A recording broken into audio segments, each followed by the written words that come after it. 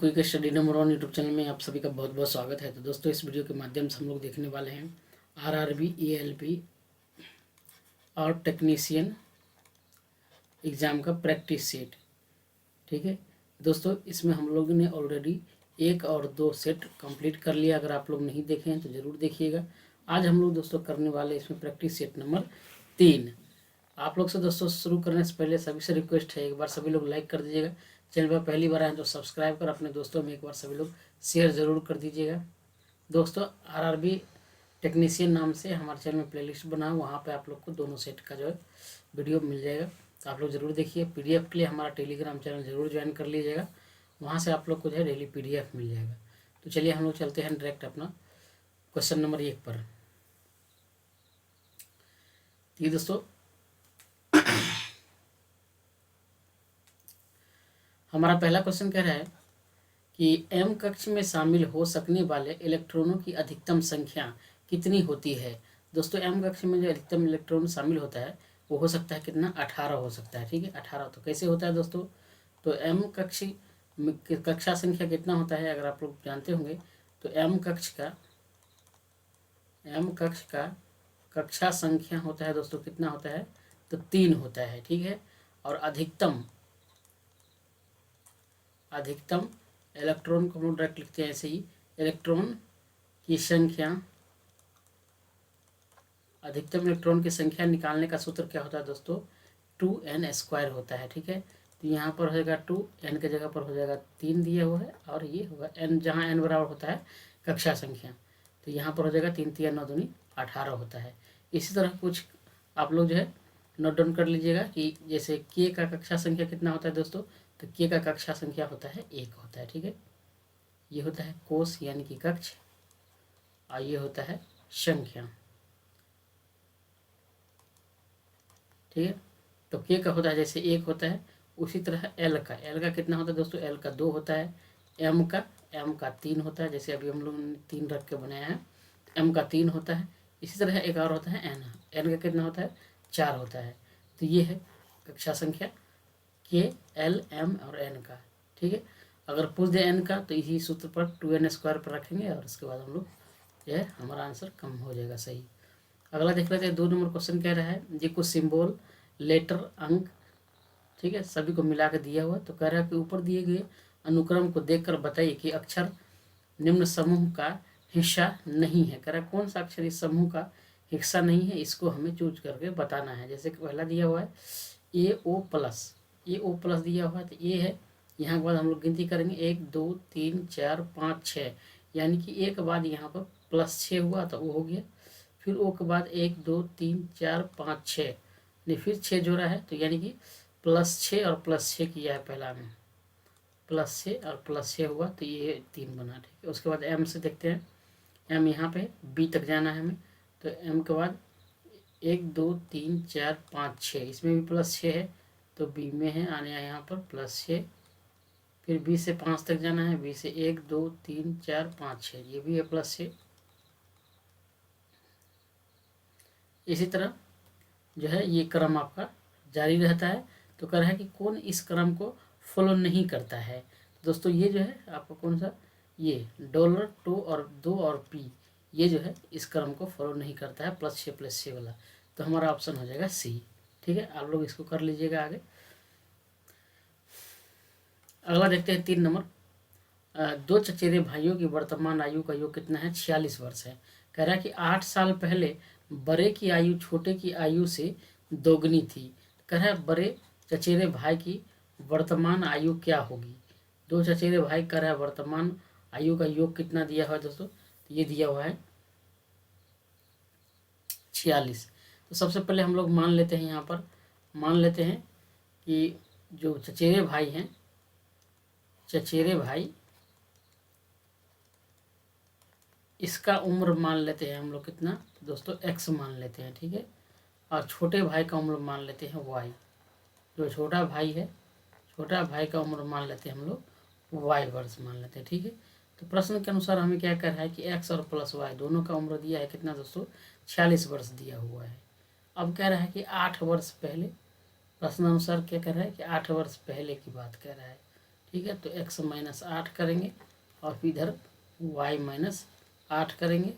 8 वर्ष पहले करा है, इससे 2 गुना था, तो इसको 2 गुना करके बराबर कर देंगे। इन 2 गुना करेंगे तो दोनों का उम्र क्या होगा, बराबर हो जाएगा। अब हम लोग यहाँ से इसको सॉल्व करेंगे। x माइनस 8 बराबर हो जाएगा 2y माइनस 16। इसको गुना होंगे तो y और 2 8 16। उसके बाद फिर यहाँ से x माइनस 2y बराबर हो जाएगा माइनस 8। इसको हम लोग मान लेते हैं दोस्तों, इसको पहले यहाँ पर मान लेंगे ये फर्स्ट समीकरण, इसको मान लेते हैं 2 समीकरण, ताकि आप लोग को मान पुट करने में आसानी होगा, इसलिए समीकरण बना देते हैं हम। उसके बाद फिर चलते हैं आगे, हम लोग देखते हैं समीकरण जो 2 हुआ दोस्तों, इसमें हम लोग क्या करते हैं, समीकरण 2 में से समीकरण 1 को घटाते हैं। ठीक है। तो यहाँ पर हो जाएगा x minus 2y is equal to हो जाएगा माइनस 8, और यहाँ पर हो जाएगा x प्लस वाई बराबर हो जाएगा 46 हो जाएगा।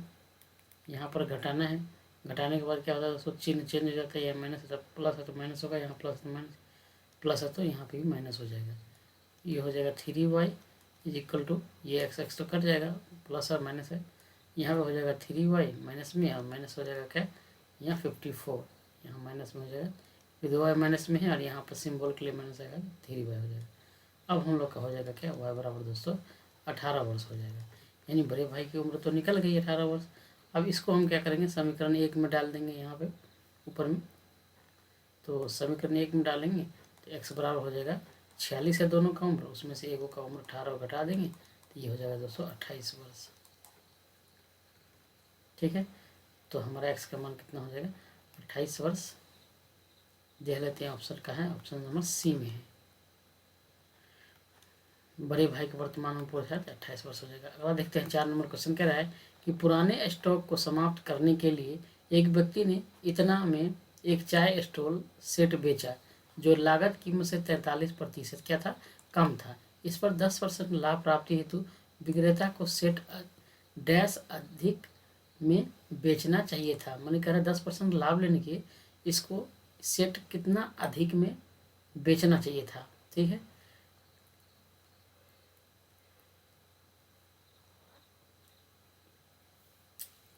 एक व्यक्ति 3420 रुपया में चाय का सेट क्या किया, बेचा, जो लागत मुझसे 43% कह रहा है कि कम था। सबसे पहले हम लोग क्या करते हैं, इसका क्रमूल निकाल लेंगे। तो 3420 गुना यहाँ हो जाएगा 43% कम था, यानी हो जाएगा 57,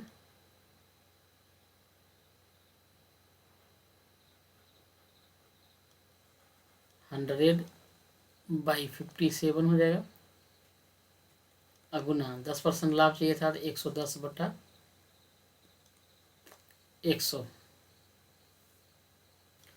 अब यहाँ पर कट करेंगे 100 से, ये 100 तो जाएगा। उसके बाद हम लोग 19 से काटेंगे, 19 दिया 57, यहाँ पर 19 15 8 0 ये हो गया। अब हम लोग 180 को 110 से गुना करेंगे तो 8 1 8 1 हो जाएगा, यानी कि 8 9 1 यहाँ पर हो जाएगा 0, 2 0 हो जाएगा।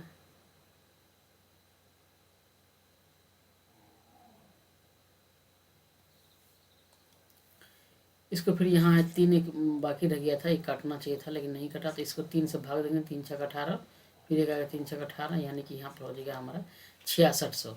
और उसने बेचा कितना में है दोस्तों, तो 3420 रुपया में इसको बेच दिया है। 3420 रुपया क्या करेंगे हम लोग, 6600 माइनस 3420 रुपया, ये हो जाएगा कितना 80, यहाँ पर हो जाएगा 1 और यहाँ पर हो जाएगा 3, यानी कि 3180 हो जाएगा।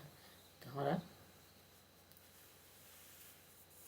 3180 रुपया में उसको बेचना चाहिए था, तब जाकर उसको 10% लाभ होता। ऑप्शन ए हो जाएगा। 5 नंबर क्वेश्चन कह रहा है कि भारत की विदेशी खुफिया सेवा जिसे रिसर्च एंड एनालिसिस भी, जिसको हम लोग दोस्तों कहते हैं रॉ, ठीक है, इसके वर्तमान निदेशक कौन है दोस्तों। ये जो सेट जो है, चूँकि 2015 का है, ठीक है। तो 2015 का है, तो 2015 के अनुसार जो है इसके चीफ कौन थे? अनिल कुमार धस्माना थे। 2018 में अनिल कुमार धस्माना थे, ठीक है। अगर हम लोग बात करें कि वर्तमान में इसका चीफ कौन है, तो दोस्तों वर्तमान में इसका चीफ है कौन? सामंत गोयल है। सामंत गोयल अभी वर्तमान में इसका चीफ है, सामंत गोयल। वर्तमान में दोस्तों राष्ट्रीय सुरक्षा सलाहकार है कौन? तो ये है राष्ट्रीय सुरक्षा सलाहकार कौन है? अजीत डोभाल है।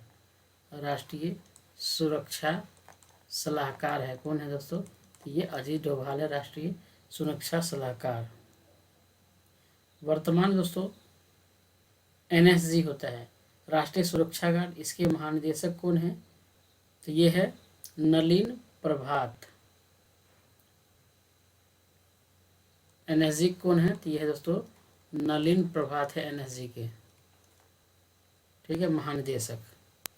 अब हम लोग चलते हैं दोस्तों कहाँ, ये हो गया 6 नंबर। क्या दिसंबर 2018 की कौन सी तिथियों को बुधवार होगा? यानी दिसंबर 2018 की बात है दोस्तों, कह रहा है किस तिथि को बुधवार होगा, उसको निकालना है। दोस्तों सबसे पहले हम लोग जो है दिसंबर 2018 कह रहे हैं, तो हम लोग मान लेते हैं कि 1 दिसंबर 2018 को हम लोग निकालते हैं। 1 दिसंबर 2018 तो कौन सा दिन था, उसके अनुसार हम लोग जो है आगे तिथि काउंट करके बता देंगे कि बुधवार किस किस तारीख को था, ठीक है। ये 4 ऑप्शन दिया हुआ। सबसे पहले जो है 1 दिसंबर 2018 में हम लोग निकालते हैं कौन सा दिन था 1 दिसंबर 2018 को। दोस्तों यहाँ पे जो है डेट निकालने का क्या होता है प्रोसेस, तो डेट निकालने का जो सूत्र होता है ईयर प्लस ईयर बाई 4, ठीक है, प्लस मंथ कोड होता है, प्लस डेट होता है, TAT डेट होता है, और उसके बाद बाई में होता है 7, ठीक है। तो ईयर कौन कितना है दोस्तों? 2018 है, तो सिर्फ इसका क्या लेंगे? 18 लेंगे। ईयर बाई 4 में 4 से भाग देंगे तो 4 चौका 16, यानी 4 लेंगे। जो एक्स्ट्रा शेष बच रहा है उसको छोड़ देंगे। उसके बाद मंथ कोड, तो दोस्तों दिसंबर का मंथ का कोड क्या होता है? दोस्तों दिसंबर मंथ का कोड यानी कि जनवरी से लेकर दिसंबर तक का पूर्ण एक कोड होता है, ठीक है। उस कोड को याद रखना होता है ताकि आप जल्दी से जल्दी सवाल को बना सके। तो पूरा होता है इसका 12 मैं लिख देता हूँ, पूरा मंथ का 12 महीने होते हैं हमारा वर्ष में। तो इसका होता है 255, 136, 147 और 257। ये हो गया दोस्तों जनवरी, फरवरी, मार्च, अप्रैल, मई, जून, जुलाई, अगस्त, सितंबर, अक्टूबर, नवंबर, दिसंबर। दिसंबर का कोड क्या है दोस्तों? 7 है। आप लोग कहीं लिख लीजिएगा, बेहद ही महत्वपूर्ण और बहुत ही काम का चीज़ है दोस्तों। ये हो गया 7 हमारा दिसंबर मंथ का कोड है, तो यहाँ पर लिख देंगे 7, प्लस डेट कितना है तो देंगे 1 तारीख, और बताम लिखेंगे 7। सबको हम लोग ऐड करेंगे दोस्तों, 8 से 12 और 12 ये हो जाएगा 30, 30/7 हो जाएगा। 7 से इसमें भाग करेंगे, 7 चौक 28, शेष कितना बचा दोस्तों? 2 बचा। अब हम लोग दोस्तों जानते हैं जैसे 0, 1, 2, 3, 4, 5 और 6, 7, ये होता है हमारा डेट कोड होता है, यहाँ तक होता है 6 तक, ठीक है। यहाँ से होता है शुक्रवार होता है। 1 का मतलब होता है शनि, 2 का मतलब होता है रविवार,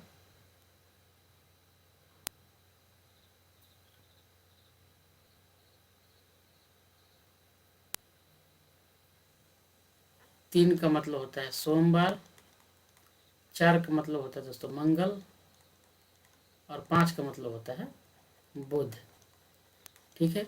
तो हमारा 2 में निकला है क्या? रविवार, लेकिन हमारा मंथ में बुधवार का पकड़ा है रहा है 5 तारीख को पकड़ा रहा है, ठीक है। 5 तारीख को ये देख रहे हैं, ये 0 शुक्र शनि रवि सोम मंगल बुध बृहस्पति, और फिर यहाँ पर आ जाएगा शुक्र, 0 में लास्ट हो जाएगा बुध, यहाँ पर हो जाएगा बृहस्पति, और फिर 0 से शुक्र से शुरू हो जाएगा। ये होता है डेट का कोड होता है, ठीक है। जितना शेष बचेगा उतना ये डेट हो जाएगा।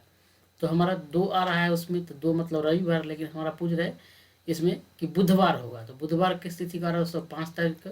तो हम यहाँ देख लेते ऑप्शन में है क्या कहीं 5? तो जी हाँ 5, फिर 7 जोड़ेंगे तो हमारा डेट सेम होता है, 7/12, 7/19 और 7/26।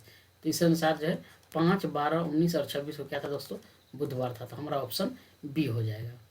आगे देखते हैं 7 नंबर क्वेश्चन क्या है कि दिए गए वेन आरेख में कौन सा स्थान पर उस कोच का प्रतिनिधित्व कर रहा है जो खिलाड़ी भी है लेकिन लड़की नहीं है, खिलाड़ी है लेकिन लड़की नहीं है। जैसे गर्ल हो गया दोस्तों, ये गर्ल का त्रिभुज है, कोच है, कोच का वृत्त है और प्लेयर का आयत है। तो सबसे पहले हम लोग को क्वेश्चन समझने की कोशिश करेंगे कि क्या क्या क्या कह रहा है। कहता उस कोच का प्रतिनिधित्व कर रहा है, आरेख में कौन सा उस कोच का प्रतिनिधित्व कर रहा है, यानी कि एक तो पहला नंबर बात है ये कोच वाला होना चाहिए, जो एक खिलाड़ी भी है, लेकिन ये कोच जो है दोस्तों खिलाड़ी भी होना चाहिए। तो हमारा सबसे बेस्ट ये है टी, ठीक है, कोच भी है और खिलाड़ी भी है। सबसे पहले बोला कोच तो सीधा हो जाएगा यू, सिर्फ कोच कहता है तो यू, दोनों है तो टी, कोच और खिलाड़ी दोनों है तो टी। लेकिन लड़की नहीं होना चाहिए। अगर हम लोग दोस्तों आर लेते हैं तो ये लड़की भी है, कोच भी है और खिलाड़ी भी है, लेकिन कह रहा है लड़की नहीं होना चाहिए, तो लड़की ये वाला नहीं है टी, ये कोच भी है और खिलाड़ी भी है लेकिन लड़की नहीं। तो हमारा ऑप्शन कौन हो जाएगा दोस्तों, हमारा ऑप्शन हो जाएगा बी नंबर हो जाएगा। आगे देखते हैं 8 नंबर क्वेश्चन का नियम को हल करना है। इसको दोस्तों हल करना है, हम लोग जो है सबसे पहले इसको एक जगह फ्रेश में लिखते हैं। ये दिया है 22 माइनस, यहाँ 8 नंबर क्वेश्चन है ना, 8 नंबर 22 माइनस 1/4, फिर मिडिल है -5 -48 भागा -16, ठीक है, ये दिया हुआ है हमें। इसको कह रहा है सरल करिए। इसको सरल कैसे करेंगे, 22 हो जाएगा, यहाँ पे हो जाएगा -1/4 हो जाएगा। इसको कंप्लीट सॉल्व करेंगे, ये हो जाएगा -5 और ये हो जाएगा दोस्तों -3, ठीक है, -5 और ये हो जाएगा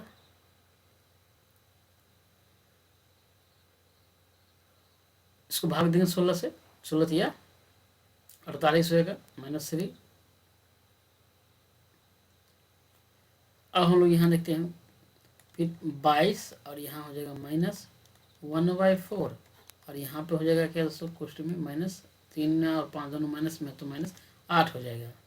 उसके बाद इसको कंप्लीट करेंगे तो यहाँ से क्या करेंगे 4 दूनी 8 हो जाएगा और फिर यहाँ माइनस माइनस प्लस हो जाएगा, यानी कि 22 और +2, यानी हमारा आंसर हो जाएगा कौन सा दोस्तों 24 हो जाएगा हमारा आंसर, ठीक है। तो आंसर नंबर बी हो जाएगा। अगला करें 9 नंबर क्वेश्चन में, स्वाद का पता लगाने के लिए अभिग्राहक को क्या कहते हैं। स्वाद का पता लगाने के लिए अभिग्राहक को क्या कहते हैं। अभिग्राहक को हम लोग जो है रसवेदी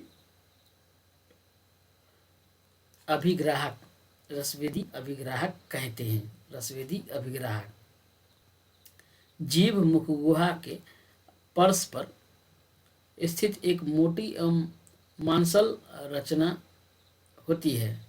जीभ के ऊपरी सतह पर कई छोटे छोटे अंकुर होते हैं जिन्हें स्वाद कलिया कहते हैं, ठीक है। तो मानव कह रहे स्वाद के बारे में, तो दोस्तों स्वाद कौन हमें पता लगा के देता है हमारे शरीर में, देता है जीभ, ठीक है। तो जीभ के बारे में थोड़ा सा जान लीजिए, स्वाद कैसे कैसे जीभ में कहाँ कहाँ होता है। तो ऐसे हो गया हमारा जीभ हो गया दोस्तों। तो सबसे पहले देख लिए हमें जो कड़वा लगता है दोस्तों, तो इस भाग, इस ये जो भाग होता है यहाँ से हमको क्या लगता है कड़वा लगता है।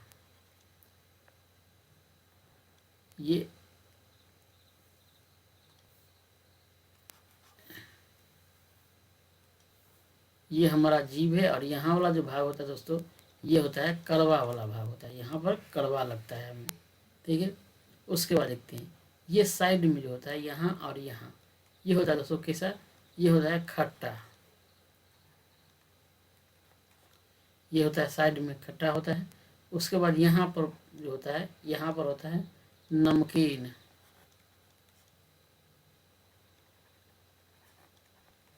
ये नमकीन। और सबसे फ्रंट पे होता है यहाँ पे, ये होता है जीभ का मीठा स्वाद लेने वाला जगह, यहाँ पे मीठा होने के बाद यहाँ पे स्वाद आएगा, ठीक है। तो ये हो गया कुछ आपको शॉर्टकट में। कड़वा होता है पीछे का भाग और खट्टा होता है साइड का, और नमकीन होता है ऊपर का फ्रंट के साइड, और मीठा होता है बीच का। अब हम लोग देखते हैं आगे 10 नंबर क्वेश्चन। 10 नंबर क्वेश्चन कह रहा है कि उस विकल्प का चयन करिए दी गई आकृति के रिक्त स्थान के लिए उपयुक्त है।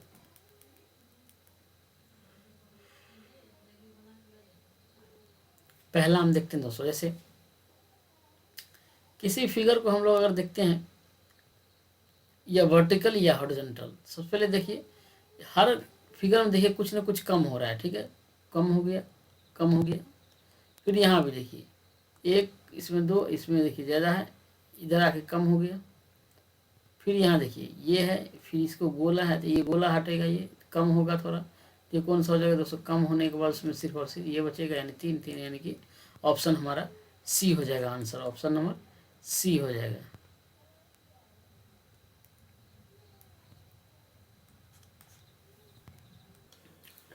यहाँ दिया हुआ है टेन थीटा बराबर 7/24, तो कह रहा है पी का मान क्या होगा, जहाँ tan theta minus sec theta बराबर बट्टा दिया है साइन थीटा बराबर का मान माइनस पी/28 दिया हुआ है, तो इस पी का मान कर रहा है क्या होगा। सबसे पहले हम लोग देख लेते हैं दोस्तों, टेन थीटा बराबर दिया है 7/24, यानी टेन थीटा बराबर होता है लंब बटा आधार, यानी हमारा लंब हो जाएगा 7 और आधार हो जाएगा 24।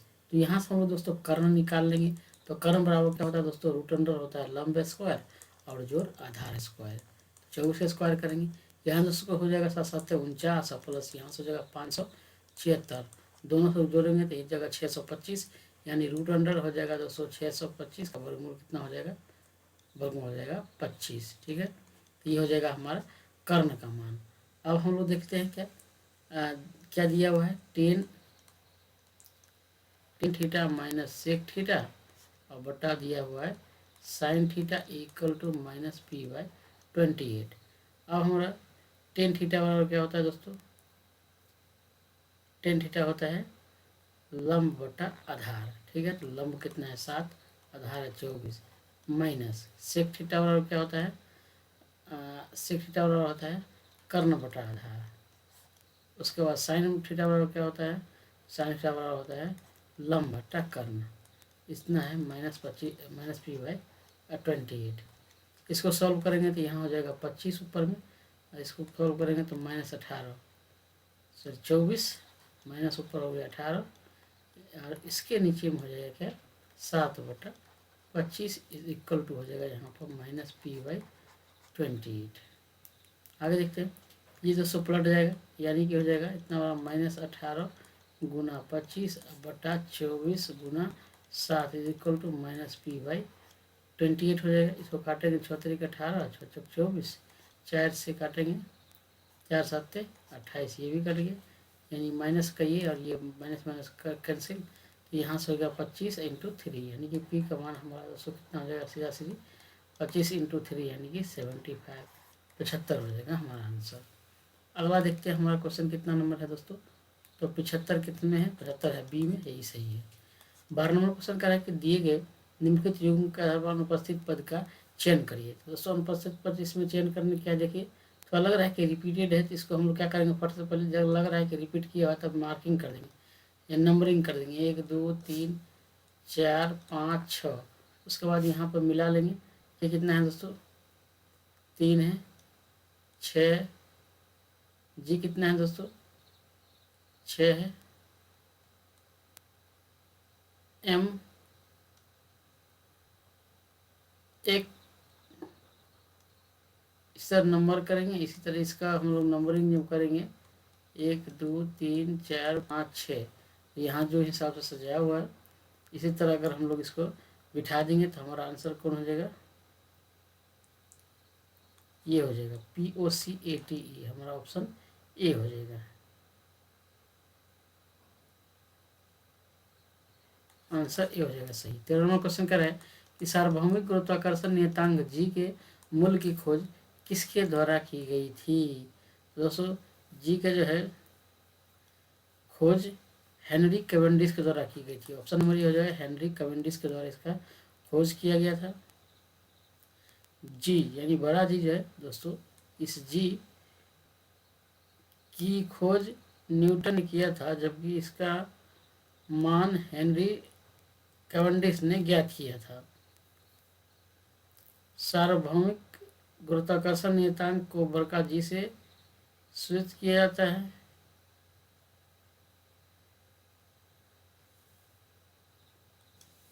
यहाँ से बड़ा जी का मान कितना होता है, तो बड़ा जी का मान होता है 6.67 गुना 10⁻⁻11 मीटर पर न्यूटन मीटर स्क्वायर पर केजी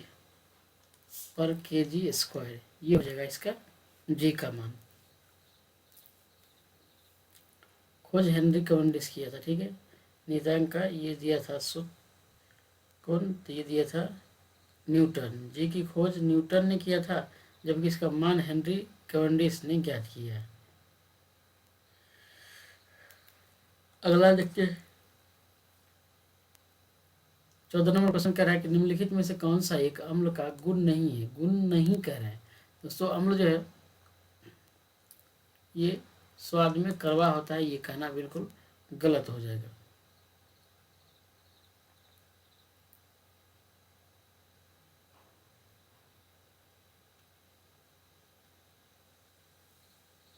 पंद्रह नंबर क्वेश्चन कह रहा है कि जब नीचे दिए गए छवि है यानी फिगर है, ये इसके सामने कह रहा है कि अगर आईना रखा जाए तो 4 विकल्प दिए हुए, इसमें से सही उत्तर चुनना है। कि यहाँ पर अगर मान लीजिए कि आईना है यहाँ पे, तो इसका जो है आईना में प्रतिबिंब कैसा बनेगा दोस्तों, तो आईना में इसका प्रतिबिंब बिल्कुल ऐसे बनेगा, ए की तरह, ठीक है। तो हमारा ऑप्शन ए हो जाएगा। ये पलट जाएगा इधर, ये इस कॉर्नर पे आएगा, ये इस साइड रहेगा, ठीक है, और ये इधर आ जाएगा, तो यहाँ पे इस तरह का फिगर बनेगा, ऑप्शन ए हो जाएगा।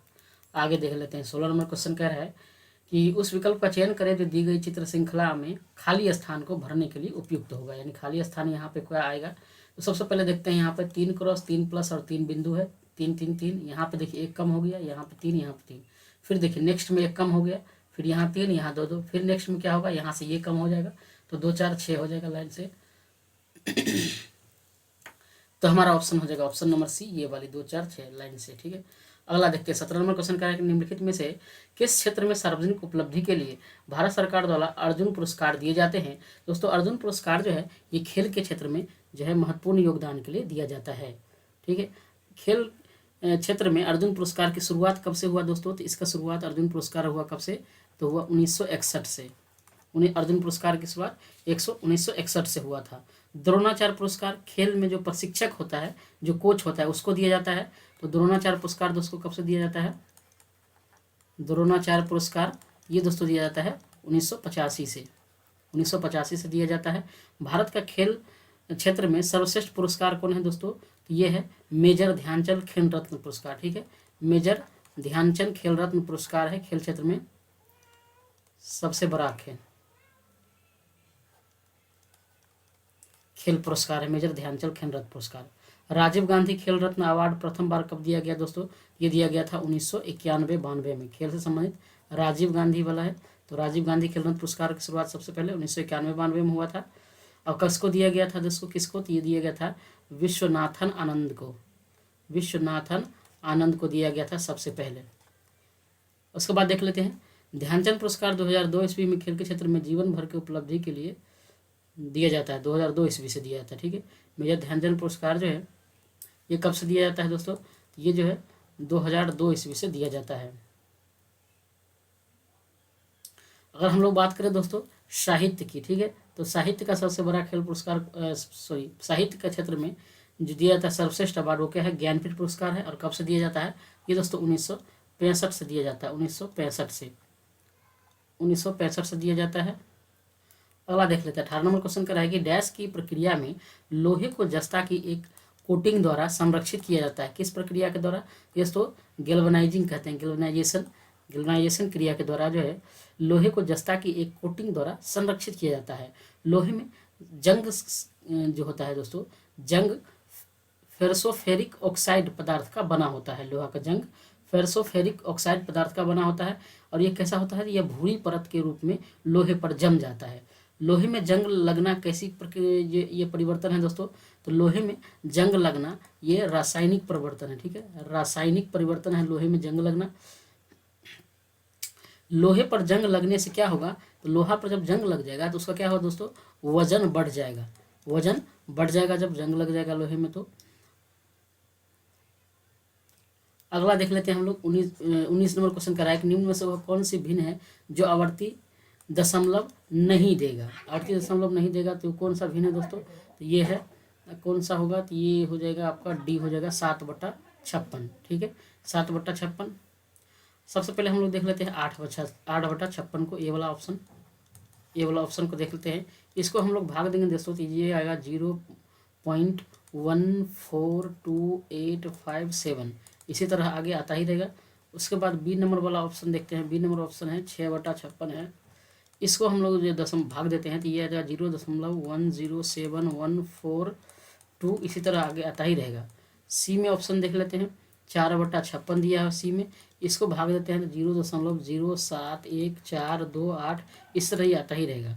डी वाला ऑप्शन में देखते हैं तो इसको अगर हम लोग 7/56 में भाग देते हैं इसको दोस्तों, ये 0.125 यहाँ पे आके पूर्ण रूप से कट जाएगा। तो हमारा ऑप्शन कौन हो जाएगा? डी हो जाएगा। ठीक है, अगला देखते हैं 20 नंबर क्वेश्चन कह रहा है कि संख्या इतना दिया हुआ, इसमें कह रहा है 9 और 5 के स्थानीय मान का अंतर क्या होगा।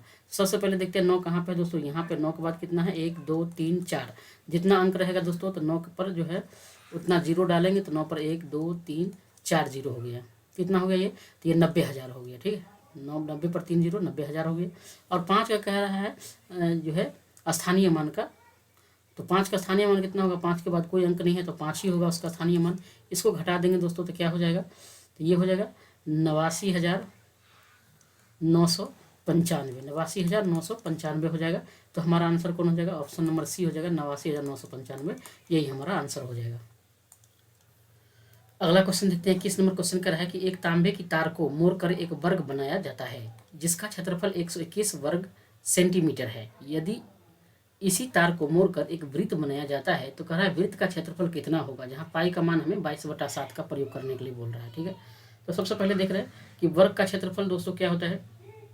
तो वर्ग का क्षेत्रफल हम जानते हैं, 21 नंबर क्वेश्चन है, तो वर्ग का क्षेत्रफल हम लोग जानते हैं क्या होता है, भुजा स्क्वायर होता है। क्षेत्रफल कितना दिया है? 121 दिया हुआ, ए स्क्वायर, ए बराबर हो जाएगा यहाँ पर 11, क्योंकि 11 का स्क्वायर होता है 121। तो ए का मान हमें भुजा मिल गया कितना? 11 मिल गया। अब तार की लंबाई अगर हमको ज्ञात करना है दोस्तों, क्या निकालेंगे? सबसे पहले तो वर्ग का तार की लंबाई निकालना है तो हमें क्या निकालना पड़ेगा? परिमाप निकालना पड़ेगा। तो वर्ग का परिमाप क्या होता है दोस्तों? 4 गुने भुजा होता है, यानी कि 11 भुजा है तो 11 चौक 44 सेंटीमीटर हो जाएगा हमारा। ठीक है, अब हम लोग निकालते हैं क्या दोस्तों? वृत्त की कह रहा है, तो अगर वृत्त बनाए तो उसका कितना होगा लंबाई? तो अब हम लोग क्या निकालेंगे? वृत्त की परिधि निकालेंगे। वृत्त की परिधि क्या होता है दोस्तों? तो वृत्त की परिधि बराबर होता है क्या? तो 2πr होता है। ठीक है, 2πr होता है, और यही हो जाएगा जो है 2πr क्या हो जाएगा? तार की लंबाई हो जाएगा। ठीक है, तो 2πr होता है। यहाँ पर हम लोग क्या करेंगे? मान रखेंगे। अब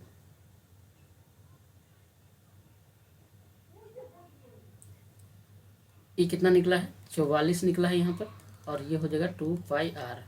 यहाँ से काटेंगे, सबसे पहले हम लोग मान रख देते हैं इसका पाई का, 22/7 गुना हो जाएगा आर। ये 22 गुना 44 कट गया, 44 तो हमारा सीधा सीधी हो जाएगा क्या दोस्तों? आर का मान हो जाएगा 7 सेंटीमीटर। अब कह रहा है वृत्त का क्षेत्रफल निकालना है। यहाँ पर क्वेश्चन खत्म नहीं होता, कह रहा है तो वृत्त का क्षेत्रफल क्या होगा? तो वृत्त का क्षेत्रफल हम लोग जानते होता है πr स्क्वायर। पाई का मान हमें 22/7 पता है, लेने बोला गया है क्वेश्चन में 7 गुना 7, क्योंकि आर निकला है कितना? 7, तो 7 का स्क्वायर करेंगे, ये 7 कट गए, 22 को 7 से गुना करेंगे तो 154 हो जाएगा, यानी 154 सेंटीमीटर स्क्वायर। यही हो जाएगा हमारा आंसर। तो देखते हैं किस ऑप्शन में है हमारा। ये दोस्तों है ऑप्शन नंबर 1 में है 154 वर्ग सेंटीमीटर। ठीक है, अगला देखते हैं 22 नंबर। ऊपर उठाए गए हथौड़े के पास क्या होता है दोस्तों? जब किसी हथौड़ा को हम लोग ऐसे मान लीजिए कि यहाँ पर कोई वस्तु रखा हुआ है, यहाँ कोई आदमी है। ठीक है, यहाँ पर ये अगर मान लीजिए कि किसी हथौड़ा को ऐसे पकड़ा हुआ है, ठीक है, अगर ऐसे उठाया है तो यहाँ पर ये स्टेबल है। ठीक है, मार नहीं रहा है, यानी गति में नहीं है, तो उठा हुआ है तो यहाँ पर हो जाएगा क्या? स्थितिज ऊर्जा हो जाएगा। ठीक है, इधर क्वेश्चन पूछा जाता है कि खींचा हुआ धनुष में कौन सी ऊर्जा होगा? तो उसमें भी दोस्तों स्थितिज ऊर्जा ही होगा। तो हमारा ऑप्शन हो जाएगा कौन सा दोस्तों? डी हो जाएगा। कह रहा है कि किसी वस्तु में उसकी अवस्था या उस स्थिति के कारण कार्य करने की जो क्षमता होता है ना, उसको हम लोग स्थितिज ऊर्जा कहते हैं। और यहीं पर स्थितिज ऊर्जा का फॉर्मूला भी होता है दोस्तों, कहीं कहीं आपको न्यूमेरिकल भी पूछता है। तो पोटेंशियल एनर्जी होता है स्थितिज ऊर्जा बराबर क्या होता है? mgh होता है। ठीक है, मास हो गया, हाइट हो गया, और ये गुरुत्व का मान हो गया, जी का मान। ठीक है, किसी वस्तु में कार्य करने की क्षमता को उस वस्तु की ऊर्जा कहते हैं। ऊर्जा कैसी राशि है दोस्तों? तो ऊर्जा जो है एक अदिश राशि है। ऊर्जा कैसी राशि है दोस्तों? तो ऊर्जा अदिश राशि है। घड़ी में चाबी में संचित ऊर्जा कैसी होती है? तो वो भी स्थितिज ऊर्जा ही होती है। यांत्रिक और वस्तु की स्थितिज ऊर्जा और गतिज ऊर्जा से बना होता है। यांत्रिक ऊर्जा वस्तु की स्थितिज ऊर्जा और गतिज ऊर्जा से बना होता है। अगला देख लेते हैं हम लोग दोस्तों 23 नंबर क्वेश्चन। 23 नंबर हमारा क्वेश्चन कह रहा है, यदि एक्स स्क्वायर प्लस ए एक्स प्लस बी को जब हम -1 द्वारा भाग किया जाता है, भाग देते हैं, तो कह रहा है 15 शेष बचता है। और जब X square plus B X plus A को एक्स प्लस 1 से भाग दिया जाता है तो -1 शेष बचता है। तो कह रहा है ए स्क्वायर प्लस बी स्क्वायर का मान क्या होगा? तो यहाँ दोस्तों पर जो क्वेश्चन अधूरा रह गया, यहाँ पर जो ए स्क्वायर बी स्क्वायर नहीं, रूट अंडर ए स्क्वायर बी स्क्वायर का मान पूछ रहा है। ठीक है, ऐसे ये पूछ रहा है, क्योंकि ऐसे हम लोग बनाते हैं तो ये ऑप्शन नहीं मिलता है। ठीक है, तो ये हो जाएगा रूट अंडर ए स्क्वायर और बी स्क्वायर का मान पूछ रहा है। आप लोग अगर ऐसे निकालना चाहे तो मैं बाद में बता दूंगा कि सॉल्व करते टाइम कि किसका मान हो जाएगा। तो हम लोग देखते हैं, क्वेश्चन थोड़ा लेंदी है दोस्तों, इसलिए थोड़ा ध्यान से देखिएगा। पहला नंबर कह रहा है हमारा कि एक्स स्क्वायर प्लस ए एक्स प्लस बी को जब हम लोग x - 1 से भाग देते हैं तो कितना शेष बचता है? 15 शेष बचता है। ठीक है, 15 शेष बचता है। इसको हम लोग जो है समीकरण में कैसे लाएंगे? इसको लाएंगे, हम लोग मान लेते हैं x का मान कितना मान लेते हैं दोस्तों? 1 मान लेते हैं। ठीक है, तो x बराबर यहाँ पर हो जाएगा, इसका मतलब 1 का स्क्वायर प्लस हो जाएगा a गुना फिर हो जाएगा x का मान 1 और फिर हो जाएगा प्लस b। ठीक है, और कह रहा है 15 शेष बचता है। तो हम लोग क्या करते हैं, इसमें से 15 जब घटा देंगे, 15 शेष बचता है कह रहे हैं। अगर हम लोग समीकरण से 15 घटा देंगे तो हमारा क्या हो जाएगा? शेष बचेगा क्या? इक्वल 0 के बराबर हो जाएगा। ठीक है, अब हम लोग इसको सॉल्व करेंगे। इसको जब हम लोग सॉल्व करेंगे तो यहाँ से एक यहाँ से घट जाएगा, तो यानी कि a प्लस बी हम लोग यहाँ से डायरेक्ट लिख सकते हैं। कितना दोस्तों? 14 लिख सकते हैं। यहाँ 15 है, इधर जाएगा तो प्लस हो जाएगा 15, और फिर इसमें से एक इधर यहाँ है माइनस हो जाएगा, तो ये हो जाएगा 14। ठीक है, अब हम लोग देखते हैं, इसको मान लेते हैं समीकरण 1 मान लेते हैं। अब लोग दूसरा क्या दिया हुआ है? दूसरा दिया हुआ है X square plus B X plus A को हम अगर क्या कहता है कि x प्लस 1 से अगर भाग देते हैं तो हमारा शेष क्या बचता है दोस्तों? तो हमारा शेष बचता है क्या? -1 बचता है शेष। ठीक है, फिर हम लोग उसी तरह से निकालेंगे X square plus B X plus क्या है यहाँ पर? a है प्लस a। ठीक है, और यहाँ पर कह रहा है कि शेष 1 बच रहा है, तो -1, तो इसको क्या करेंगे? 1 + 1 कर देते हैं। जब 1 यहाँ प्लस कर देंगे तो हमारा क्या हो जाएगा दोस्तों? यहाँ पे 0 हो जाएगा। x का मान फिर 1 रख देते हैं, यहाँ पर हो जाएगा, सॉरी -1 है, -1 घटाना है तो -1, वह -1 का स्क्वायर प्लस हो जाएगा b इंटू -1 x का मान, उसके बाद फिर हो जाएगा a + 1, ये हो जाएगा 0। अब यहाँ से निकालेंगे 1 - b प्लस a + 1 बराबर हो जाएगा 0। यहाँ से a - b का मान क्या हो जाएगा दोस्तों? -2 हो जाएगा। ये 1 और 1 ये हो जाएगा 2, इधर आकर हो जाएगा -2। ये हो जाएगा दोस्तों क्या? समीकरण 2। अब हम लोग 1 और 2 को अगर सॉल्व करते हैं, a + b का मान 14 है, a - b का मान -2 है। तो यहाँ से दोस्तों हमारा a का मान आएगा 6 और b का मान b का मान आ जाएगा क्या? 8 आ जाएगा। ठीक है, तो उसके बाद फिर हमको क्या करा? रूट अंडर a स्क्वायर और प्लस बी स्क्वायर निकालने के लिए तो रूट अंडर a स्क्वायर करेंगे, यानी 6 का स्क्वायर प्लस 8 का स्क्वायर, यानी कि हो जाएगा यहाँ पर रूट अंडर 36 और प्लस 64 हो जाएगा, यानी कि हो जाएगा रूट अंडर 100, यानी कि हो जाएगा 10। तो हमारा 10 किस में है? देखते हैं, ऑप्शन नंबर ए में है। अगर सीधा a square plus B square निकालेंगे तो भी हो जाएगा। ठीक है, सीधा a square plus B square निकालेंगे तो हो जाएगा 36, 6 का स्क्वायर प्लस 8 का स्क्वायर, यानी कि 36 और ये हो जाएगा 64, यानी कि 100 हो जाएगा। ठीक है, तो ये यही, तो यहाँ पर ऑप्शन के अनुसार हमें रूट जो है इसमें होगा, तो ऑप्शन ए हमारा सही हो जाएगा। अगला देखते हैं 24 नंबर का रहा है कि यदि a - 1/a का मान 1 दिया हुआ है तो कह रहा है a square plus 1/a square का मान क्या हो जाएगा दोस्तों? तो इसका सीधा फार्मूला है, अगर आप लोग नहीं जानते होंगे तो इसका सीधा फार्मूला रहता है दोस्तों, अगर यहाँ पर देख लीजिए माइनस होगा तो यहाँ पर क्या हो जाएगा? प्लस हो जाएगा। इसका सीधा फार्मूला होता है, अगर हम a square plus 1/a square निकालते हैं तो इसका सीधा हो जाएगा x स्क्वायर प्लस 2। ठीक है, x स्क्वायर प्लस 2 हो जाएगा। x कौन होगा दोस्तों? जो इसका मान जो दिया रहता है ये होता है x। ठीक है, अगर यहाँ पर दोस्तों माइनस है तो यहाँ प्लस करेंगे, यहाँ पर अगर प्लस रहेगा तो यहाँ पर क्या करेंगे? माइनस कर देंगे। तो x का मान हमें लिखेंगे 1 का स्क्वायर प्लस 2 लिखेंगे, यानी 1 और 2 1 3 हो जाएगा हमारा आंसर। अगर हम लोग डिटेल में बनाएंगे इसको, तो डिटेल में बनाएंगे 1/1 - 1 बराबर 1 दिया हो, दोनों तरफ स्क्वायर करेंगे, ठीक है। दोनों पर यहाँ क्या करेंगे, स्क्वायर करेंगे, तो ए माइनस बी का होल स्क्वायर वाला फॉर्मूला हो जाएगा, तो ए स्क्वायर माइनस 2ab और जोड़ हो जाएगा बी स्क्वायर बराबर फिर 1 का स्क्वायर 1 ही होगा। यहाँ से फिर हो जाएगा दोस्तों ए स्क्वायर माइनस 2 इंटू ए का मान हो जाएगा ए और बी का मान हो जाएगा क्या, गुना 1/a हो जाएगा, ठीक है। ये कटेगा, सॉरी प्लस यहाँ पर बी स्क्वायर हो जाएगा, यहाँ 1 हो जाएगा, ये कटेगा। अब यहाँ पर हो जाएगा ए स्क्वायर प्लस ए को स्क्वायर प्लस बी स्क्वायर हो जाएगा, यहाँ पर -2 है, इधर आके क्या हो जाएगा +2, यानी कि ए स्क्वायर बी स्क्वायर हमारा सीधा 3 हो जाएगा। ऐसे लॉन्ग प्रोसेस से, लेकिन हम डायरेक्ट निकालेंगे तो ऐसे हो जाएगा 3। अब हम लोग अगला देखते हैं 25 नंबर क्वेश्चन कह रहा है कि दी हुई युक्ति पर विचार करें और तय करें कि दी हुई पूर्वधारणाओं में कौन सी अंतर्निहित है। पूर्वधारणा दिया हुआ है इसमें हमें दोस्तों, ये है युक्ति पूर्वधारणा और उसका पूर्वधारणा ये दिया हुआ, इसमें से हमें 2 चूज करना है, ठीक है। युक्ति कह रहा है कि शहर में पानी की कमी के कारण प्राधिकरण ने सभी नागरिकों को अपनी या पानी की खपत को 25% कह रहा है कम करने के लिए कहा है। शहर में पानी की कमी हो गया है, इसलिए जो है प्राधिकरण जो है वहाँ का वो सभी नागरिकों को कहा है कि अपनी पानी की खपत को 25% कम कर दीजिए। पूर्वधारणा क्या लगा रहा है दोस्तों इसमें, तो पूर्वधारणा लगा रहा है कि अधिकांश नागरिक अपनी पानी की खपत कम कर सकते हैं। क्योंकि पहले एडवाइजरी जारी किया है कि पानी की खपत है, पानी कमी है, तो अधिकांश लोग पानी क्या कर सकता है दोस्तों, पानी की कमी कर सकता है। तो ऑप्शन हमारा क्या हो जाएगा, एक सही हो जाएगा। दूसरा कह रहा है कि कई कार्यकर्ता प्राधिकरण द्वारा दी गई इस सलाह को विरोध कर सकते हैं। कार्यकर्ता क्यों विरोध करेंगे दोस्तों, जब कार्यकर्ता और प्राधिकरण खुद कह रहा है कि पानी की कमी हो रहा है, तो आप लोग जो है थोड़ा पानी 25% कम कर दीजिए, तो ये हमारा क्या हो जाएगा, गलत हो जाएगा। तो ऑप्शन हमारा कौन हो जाएगा, ऑप्शन बी है, यानी केवल एक पूर्वधारणा क्या है, अंतर्निहित है। अगला देखते हैं 26 नंबर क्वेश्चन कह रहा है कि यदि कोई वस्तु त्रिज्या r है, किसी वस्तु की त्रिज्या r दिया हुआ है, वृत्ताकार पथ पर चारों ओर जाने में उसको t समय लगता है, तो कह रहा है वेग v है, तो निम्न में से ये किसके द्वारा दिया जाता है, किस प्रक्रिया किस सूत्र के द्वारा इसको निकाला जाएगा दोस्तों, तो निकाला जाएगा v बराबर होता है 2πr। 2π क्या होता है दोस्तों, वृत्त की परिधि होता है, क्योंकि वृत्त पर घूम रहा है तो वृत्त का पूरा जो है हमारा दूरी चाहिए, तो इसका वृत्त का परिधि होगा पूरा एक बार, तो 2πr और कुल कितना समय लगेगा, तब बटा में t हो जाएगा। तो इस नियम से हमारा ये निकल जाएगा। अगला देखिए 27 नंबर क्वेश्चन कह रहा है कि नोबेल पुरस्कार जीतने वाले एकमात्र भारतीय अर्थशास्त्री कौन है।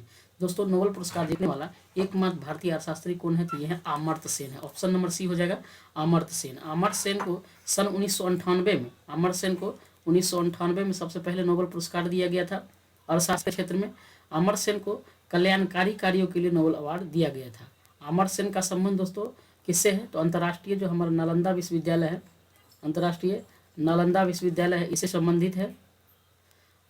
अर्थशास्त्र में नोबेल पुरस्कार 1968 ईस्वी दिन की घोषणा की गई थी।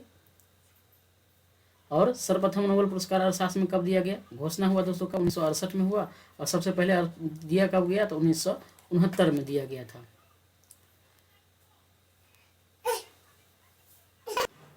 अट्ठाईस नंबर क्वेश्चन देख लेते, कह रहा है कि समस्या चित्र के श्रेणी को उत्तर चित्र में किसी एक उपयुक्त चित्र का चयन पूरा करें, ठीक है। तो इसमें से पूरा करना है, क्या है देखते हैं।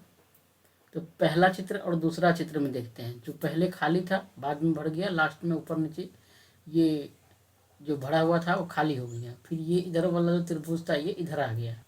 इसी तरह अगर देखेंगे इसमें, तो इसमें ये है रंगा हुआ, तो आगे जाके क्या हो जाएगा, ये खाली हो जाएगा। रंगा हुआ है, ये खाली हो जाएगा। उसके बाद ये जो खाली है इधर जा रहा है, तो ये इधर आके क्या होगा, भर जाएगा, ठीक है, भर जाएगा। उसके बाद यहाँ पर देखिए ये इधर जा रहा है, ये खाली है, यहाँ पे ये इधर आके भरेगा, इधर ही होना चाहिए, लेकिन तो ऐसा वाला तो सिर्फ एक ही है, यही। इस हमारा आंसर 2 होगा, और 2 किस में है, सी में।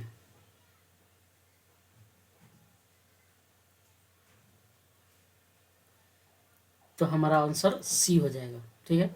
अगला देखते हैं 29 नंबर क्वेश्चन कह रहा है चार 5 है, 2/3 है और 5/7 करा है कि लॉसो ज्ञात करिए। अगर हमको भिन्न का लॉसो कर रहा है ज्ञात करने, सबसे पहले हम लोग क्या करेंगे दोस्तों, ऊपर वाला का क्या निकालेंगे, लॉसो निकाल लेंगे, यानी कि एलसीएम निकाल लेंगे। ऊपर वाला का एलसीएम निकालेंगे, 4 2 5 कितना हो जाएगा, 4 5 20 हो जाएगा। और इसका एचसीएफ निकाले, इसमें देखिए 3 5 7 में कुछ कॉमन है, कुछ भी नहीं है, तो इसका सीधा एचसीएफ 1 हो जाएगा। तो हमारा आंसर सीधा हो जाएगा, एलसीएम कितना हो जाएगा दोस्तों, ये हो जाएगा इसका 20 हो जाएगा, यानी ऑप्शन बी हो जाएगा। 30 नंबर क्वेश्चन कह रहा है कि जब हम आवधिक तालिका के समूह में नीचे जाते हैं तो क्या होता है। जब आवधिक तालिका के समूह में हम नीचे जाते हैं तो क्या होगा, तो सेल की संख्या बढ़ जाती है। उसमें क्या होगी, सेल की संख्या बढ़ जाती है। 31 नंबर क्वेश्चन कह रहा है कि लुप्त संख्या ज्ञात कीजिए यदि उनके कह रहा है गुणक 11 और 13 है। 11 और 13 है, बीच की संख्या कह रहा है ज्ञात करिए, तो इसमें क्या होना चाहिए, तो 11 13 है और इसके कह रहा है 11 13 का गुणक भी है, तो सीधा हम लोग क्या करेंगे, 11 13 को गुना कर देंगे यहाँ पर, तो क्या हो जाएगा 3 4 1, ठीक है। तो 1 3 यहाँ पे है ही, बीच में 4 लुप्त है, यानी हमारा आंसर डी हो जाएगा। अगला देख लेते हैं हमारा 32 नंबर क्वेश्चन कह रहा है कि दिए गए प्रश्नों को ध्यानपूर्वक पढ़ें और बताएं कि इसका उत्तर देने के लिए निम्नलिखित कथनों में से कौन पर्याप्त है। यानी उत्तर देना है हमारा कथन क्या कह रहा है कि प्राकृतिक संख्या एक्स वाई जेड यू और वी में से कौन सी सम संख्या है। सम संख्या कह रहा है कि कौन सी है, इसको बताना है, ठीक है। तो कह रहा है इसमें से दोनों ऑप्शन दिया हुआ, इसके आधार पर हमको बताना है। तो पहला कह रहा है कि एक्स वाई जेड यू और भी क्या है, क्रमिक संख्या, यानी कुछ भी होगा, यानी क्रमिक होगा, एक्स होगा, एक्स प्लस 1 होगा, फिर एक्स प्लस 2 होगा, इसी तरह से क्रमिक संख्या। या फिर अगर एक होगा, पहला संख्या एक्स 1 होगा, वाई 2 होगा, जेड 3 होगा, यू 4 होगा और भी 5 होगा, ऐसे क्रमिक संख्या है। इसको उत्तर देने के लिए कह रहा है दोनों है पर्याप्त है, कि कह रहा है क्रमिक संख्या जेड में कह रहा है कि जेड एक विषम संख्या है। पहला में ये हो गया क्रमिक, दूसरा में कह रहा है कि जेड एक विषम संख्या। विषम संख्या चूंकि हमको बता दिया है कि जेड विषम संख्या है, तो यहाँ पर देखते हैं जेड के सामने अगर ये विषम संख्या है तो क्रमिक में ये सम होगा, ये सम होगा। तो कह रहा है कौन सम संख्या है, तो हमें इससे क्लियर हो जाएगा कि सम में सम कौन है। इस आधार पर हमारा जो है उत्तर देने के लिए होगा दोस्तों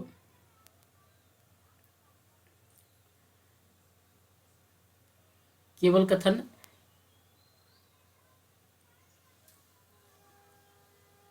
एक, कथन एक और कथन दो एक साथ दोनों पर्याप्त है, ऑप्शन ए हो जाएगा। ये वाला कथन एक और कथन दो दोनों एक साथ पर्याप्त है, ऑप्शन ए। 33 नंबर क्वेश्चन कर रहा है कि मानव नरों में मूत्र और वीर्य के प्रवाह के लिए एक ही मार्ग है, जिसे क्या कहते हैं दोस्तों, इसको क्या कहते हैं, मूत्र मार्ग कहते हैं, ऑप्शन सी हो जाएगा मूत्र मार्ग। मानव नर में मूत्र और वीर्य प्रवाह के लिए एक ही मार्ग है जिसे मूत्र मार्ग कहते हैं। मूत्र मार्ग एक पेशीय नलिका है जो क्या कर रहा है, मूत्राशय से मूत्र को बाहर निकालने का कार्य करता है। शुक्रवाहिनियां शुक्राणुओं को अधिवेशन से शुक्राशय में लाने का कार्य करता है। शुक्राशय जो है प्रोस्टेट ग्रंथि के ऊपर स्थित होता है। इनकी दीवारों से चिपचिपा द्रव निकलता है जो शुक्राणुओं को पोषण करता है। आगे देखते हैं 34 नंबर कह रहा है कि उक्त विकल्प जो है इसका चयन करें और चित्र सीरीज को आगे बढ़ाएं, यानी आगे क्या आएगा। यहाँ पर देखते हैं 1 2 3 4, यानी 4 4 का है, इधर 1 2 3 4 है, लेकिन ऊपर में 1 3 ही है। फिर यहाँ पर 3 3 हो गया, फिर यहाँ पर 2 हो गया, यहाँ पे 5 है, फिर आगे में क्या होगा 2 2 हो जाएगा। तो ऑप्शन कौन हो जाएगा दोस्तों, 2 2 का सीरीज ये है, यानी सी है। 3 3 किस में है, ए में, हमारा ऑप्शन नंबर ए हो जाएगा सही। 35 नंबर क्वेश्चन कह रहा है कि एक व्यक्ति अपनी सामान्य 4/5 चाल से चलने पर 15 मिनट देरी से पहुंचता है। उसी दूरी को तय करने में उसके द्वारा लिया जाने वाला सामान्य समय कितना है। अगर उसको तय करने में उसको कितना समय लगेगा, इसको बताना है। तो हम लोग मान लेते हैं जनरल, यानी कि सामान्य चाल हम लोग मान लेते हैं, सॉरी सामान्य समय हम लोग मान लेते हैं क्या, टी मिनट मान लेते हैं, ठीक है। मिनट में है तो मिनट ही मानेंगे, टी मिनट है, समय कितना, टी मिनट मान लेते हैं, ठीक है। और दूरी को हम लोग क्या मानेंगे, दूरी को मान लेते हैं एक्स मीटर। उसके बाद हम लोग चाल क्या मानेंगे, चाल को मान लेते हैं भी मीटर प्रति मिनट, ठीक है। भी मीटर प्रति मिनट है, मिनट में ही मानेंगे मिनट। अब हमको दिया हुआ है एक्स बाई भी, यानी समय बराबर क्या दिया है, दूरी बटा चाल। अब अपने कह रहा है कि x बटा ये चाल कितना है 4/5 चाल से, ठीक है, ये हो जाएगा चाल भी बराबर t प्लस 15 मिनट क्या कर रहा है कि देरी से पहुंचता है, 15 मिनट ज़्यादा लग रहा है। यहाँ सो ये हो गया। अब इसको हम लोग क्या करेंगे, इसको ऊपर ले जाएंगे तो ये हो जाएगा 5x बटा हो जाएगा 4v बराबर हो जाएगा t प्लस 1/5। इसको मान लेते हैं समीकरण 2, इसको मान लेते हैं समीकरण 1, ठीक है। अब हम लोग इसमें समीकरण को अगर हल करेंगे, ठीक है, तो समीकरण को हल करेंगे तो यहाँ पर समीकरण 2 में, समीकरण 1 में t का मान रखने पर, ठीक है, तो 5x/4v इज इक्वल टू हो जाएगा यहाँ पर तो मान कितना है x/v प्लस 15, ठीक है। यहाँ पर 5x/4v बराबर नहीं, इधर आकर माइनस हो जाएगा, यहाँ प्लस है तो इधर आकर माइनस हो, यहाँ बराबर है, यहाँ पर बचेगा क्या x माइनस v बराबर हो जाएगा 15। यहाँ से करेंगे 4, यहाँ पर हो जाएगा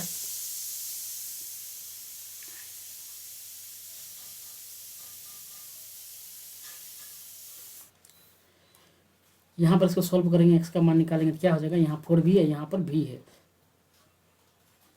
पहले इसको ले आते हैं इधर 5x/4v माइनस यहाँ या प्लस इधर माइनस x/v बराबर 15। यहाँ पर हो जाएगा 4, v भी गया, यहाँ पर हो जाएगा 5x माइनस v करेंगे 4, यहाँ हो जाएगा 4x। अब यहाँ पर जाएगा 15, यहाँ से क्रॉस मल्टीप्लिकेशन करेंगे, यहाँ पर घटेगा तो सिर्फ 5 में से 4x या 1x या 15 चौके 60, तो इतना मिनट लिखना, मिनट 60 मिनट यानी कि 1 घंटा। तो पूछ रहा है यही ले जाने वाला सामान्य समय कितना होगा दोस्तों, 1 घंटा होगा, ऑप्शन नंबर बी हो जाएगा। अगला 36 नंबर का है दांतों में सड़न शुरू हो जाता है जब मुंह का पीएच मान कितना से कम हो जाएगा दोस्तों, तो मुंह का पीएच मान कह रहा है 5.5 से अगर कम हो जाएगा तो क्या होगा, दांतों का सड़न शुरू हो जाएगा। दांतों का इनामेल जो है कैल्शियम फॉस्फेट का बना होता है जो शरीर का सबसे कठोर भाग होता है। हमारा शरीर 7.0 से 7.8 पीएच परास के बीच कार्य करता है। शरीर जो है 7.0 से लेकर 7.8 तक परास रहता है, इतना तक कार्य करता है। जीवित प्राणी केवल संकीर्ण पीएच परास में ही जीवित रह सकते हैं। वर्षा के जल का पीएच मान यदि 5.6 से कह रहा है कि अगर कम हो जाएगा, वर्षा के जल का अगर पीएच मान 5 से 6 से कम हो जाएगा तो क्या होगा दोस्तों, तो वो अम्लीय वर्षा कहलाएगा। 5.6 से कम होगा तो अम्लीय वर्षा कहलाएगा। अगला देखते हैं 37 नंबर क्वेश्चन कर रहा है कि उस समय का चयन करें जो किसी घड़ी के 9:30 की सही दर्पण छवि को दर्शाएगा। यानी अगर घड़ी में 9:30 बज रहा है तो उसको दर्पण में हम देखेंगे तो कितना बजेगा। तो दोस्तों सीधा सीधा इसका सूत्र है, ये आप क्या करिए 24 में से 9:30 को घटा दीजिए, वही आपका दर्पण तस्वीर होगा। यहाँ से होगा 0, यहाँ से 12 में से यहाँ आएगा 10,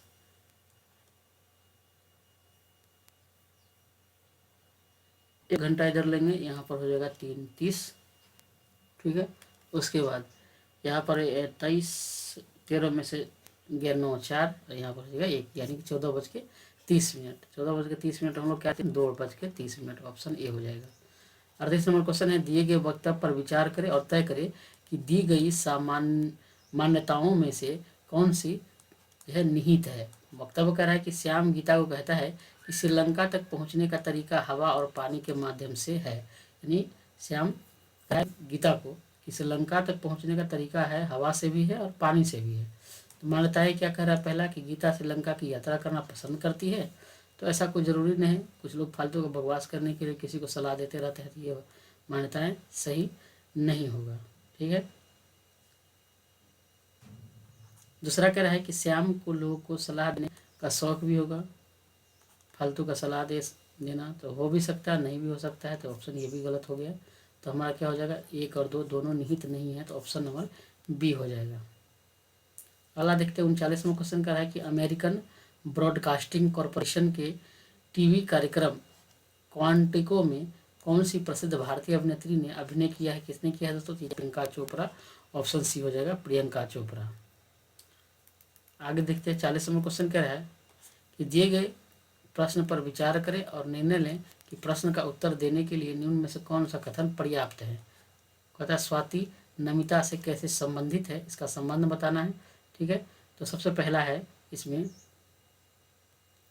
कि स्वाति का पति यानी स्वाति है, स्वाति का कह रहा पति, ऐसे होगा यहाँ से, यानी होगा स्वाति का पति नमिता की माँ का इकलौता पुत्र है, यानी जो नमिता है इसकी माँ का एक पुत्र है, एक। तो कह रहा है तब तो इन दोनों का रिश्ता निकल ही गया, तो इससे कंफर्म हो जाएगा कि ये संबंध इसका हो रहा है। ठीक है, पहला सही है। दूसरा कह रहा है कि स्वाति का भाई और नमिता का पति चचेरे भाई है, यानी कि स्वाति का जो भाई है वो और जो नमिता है इसका पति, ठीक है, नमिता का पति दोनों आपस में चचेरे भाई हैं। ठीक है, तो इससे भी इस दोनों का रिश्ता निकल जा रहा है। तो कह रहा है नमिता और स्वाति कैसे संबंधित है, तो हमारा एक से भी निकल जाएगा और दो से भी निकल जाएगा। तो हमारा ऑप्शन कौन हो जाएगा दोस्तों, ऑप्शन हो जाएगा एक या दो पर्याप्त है, यानी एक भी पर्याप्त है या फिर दो भी पर्याप्त है। तो ए सी हो जाएगा हमारा आंसर, ऑप्शन सी। अगला देखते हैं 41वां क्वेश्चन कर रहा है कि दीपाली ने कप का एक सेट 375 रुपया में खरीदा, लेकिन बाद में इसे पुराना स्टॉक समाप्त करने के लिए 345 में बेचना पड़ा, उसे कितना प्रतिशत का नुकसान हुआ। तो दोस्तों खरीदा था कितने में, यानी सीपी को हम लोग बोलते हैं क्रय मूल्य। ठीक है, क्रय मूल्य कितना था 375 था, और बेचा कितना दोस्तों, तो इसको बोलते हैं एसपी। ये बेचा कितना 345 में, यानी कि हो जाएगा 30 रुपया क्या होगा दोस्तों, हानि होगा, यानी कम में बेचा, इसे हानि हो गया। तो कह रहा है कि नुकसान का प्रतिशत बताना है, तो हानि प्रतिशत होता है हानि गुना 100 बटा होता है क्रय मूल्य कितना है 375 है। ठीक है, इसको काटेंगे 25 चौका 100, 25 से काटेंगे इसको तो हो जाएगा 15, फिर 15 दूनी 30, यानी कि 4 दूनी 8, यानी कि 8% हानि होगा। ऑप्शन नंबर डी हो जाएगा आंसर। 42वां क्वेश्चन कर रहा है कि यदि 1 2 3 गुना इतना बराबर इतना हो और इतना बराबर इतना हो, तो कर रहा है इतना गुना इतना का मान, यानी 1 2 3 और 3 4 5 6 गुना करते हैं तो हमारा ये आंसर होता है 4 3 7 8 8। तो कह रहा है कि अगर दशमलव में दे दिया 1.23 और 0.357, यानी अंक सेम है लेकिन दशमलव दे दिया, कितने अंक के बाद है दोस्तों गुणन क्या होता है, 1 2 3 अंक के बाद दशमलव है, 2 अंक के बाद यहाँ दशमलव, दोनों जुड़ जाता है दशमलव गुना, यानी 5 अंक के बाद दशमलव होना चाहिए। देख लेते हैं किसमें है, तो 1 2 3 4 5 इस यहाँ पे है दशमलव आ जाएंगे, तो हमारा ऑप्शन हो जाएगा सी सही, बिल्कुल ठीक है। तो सी सही है, यानी कि 5 अंक के बाद दशमलव है, 43788 43788, यानी यही सही है। 43वां क्वेश्चन कह रहा है कि नीचे दिए गए कथन को सत्य मानते हुए यह ज्ञात करें कि कथन के आधार पर कौन सा निष्कर्ष निश्चित रूप से निकाला जा सकता है। पहला कह रहा है कि लोगों को की शिकायत है कि त्योहारों में के मौसम में बस टिकट उपलब्ध नहीं होते हैं। निष्कर्ष होता है वही दोस्तों जो निश्चित रूप से सच होता है। लोग शिकायत कर रहे हैं सरकार से या जो भी है कि त्यौहार के मौसम में बस टिकट उपलब्ध नहीं होते। पहला कह रहा है निष्कर्ष में कि लोगों को सलाह देनी चाहिए कि त्योहारों के मौसम में वो यात्रा ना करे। तो भाई यात्रा नहीं करेगा त्यौहार में तो सामान कैसे आएगा, क्योंकि त्यौहार में तो खरीदारी ज़्यादा करनी होती है, ये गलत है। दूसरा कह रहा है सरकार को चाहिए कि वो त्योहारों के मौसम में ज़्यादा से ज़्यादा बसों की व्यवस्था करे, तो ये बिल्कुल सही हो जाएगा। सरकार अगर व्यवस्था कर दे तो लोग को जो है परेशानी क्या होगा, कम होगा।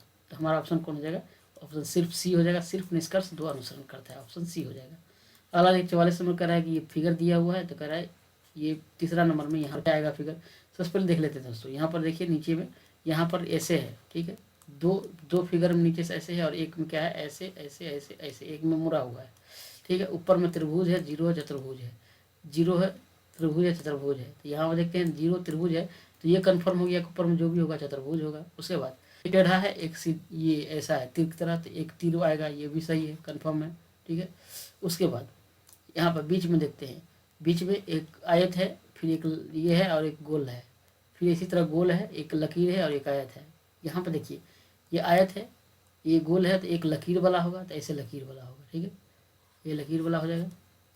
उसके बाद ये देखिए तीर, देखो ऊपर से तीर है, फिर बीच में ऊपर, फिर ऐसे धूल, फिर सीधा ऊपर की तरफ नीचे की तरफ, फिर नीचे की तरफ सीधा, तो ये हो जाएगा ऊपर की तरफ ऐसे, ठीक है।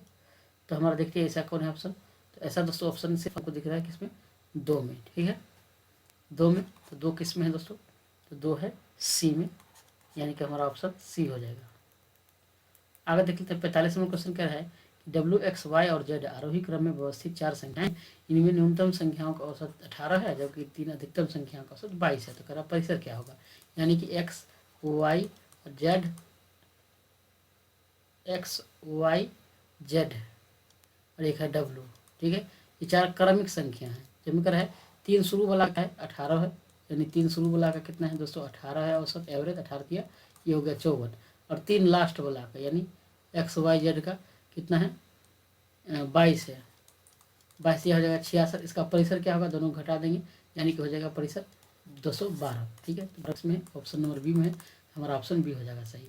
46 नंबर क्वेश्चन कह रहा है कि निम्नलिखित में से कौन सा एक एम्फोटेरिक ऑक्साइड है। तो एम्फोटेरिक ऑक्साइड कौन सा है दोस्तों, तो ये हो जाएगा एल्युमिनियम ऑक्साइड। एल्युमिनियम ऑक्साइड जो है एम्फोटेरिक ऑक्साइड हो जाएगा। जो धातु ऑक्साइड अम्लीय और क्षारीय दोनों प्रकार के व्यवहार करते हैं उसे हम लोग क्या कहते हैं, यही कहते हैं एस्फोटेरिक कहते हैं। यानी एस्फोटेरिक मतलब होता है दोस्तों उभयधर्मी ऑक्साइड, ठीक है, उभयधर्मी।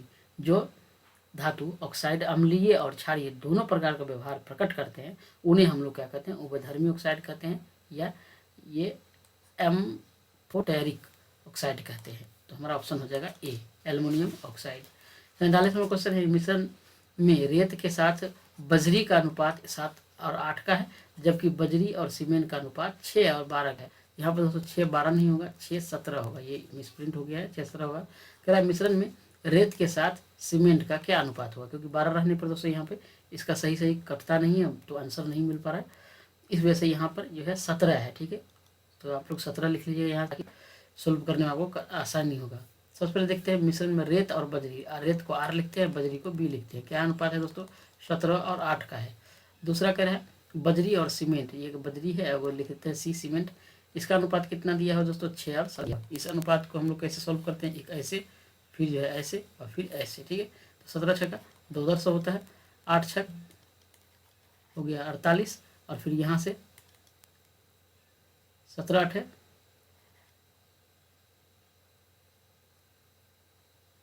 136, ठीक है। यहाँ पे 100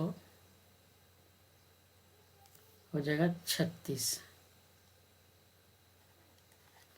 अब हमें क्या पूछ रहा है कि रेत के साथ सीमेंट का क्या अनुपात होगा, यानी कि रेत और सीमेंट इसका अनुपात पूछ रहा है। 102 और 136 का अनुपात पूछ रहा है। इसको कट करेंगे तो कट करने के बाद क्या आ जाएगा, 3 आ जाएगा और ये हो जाएगा 4।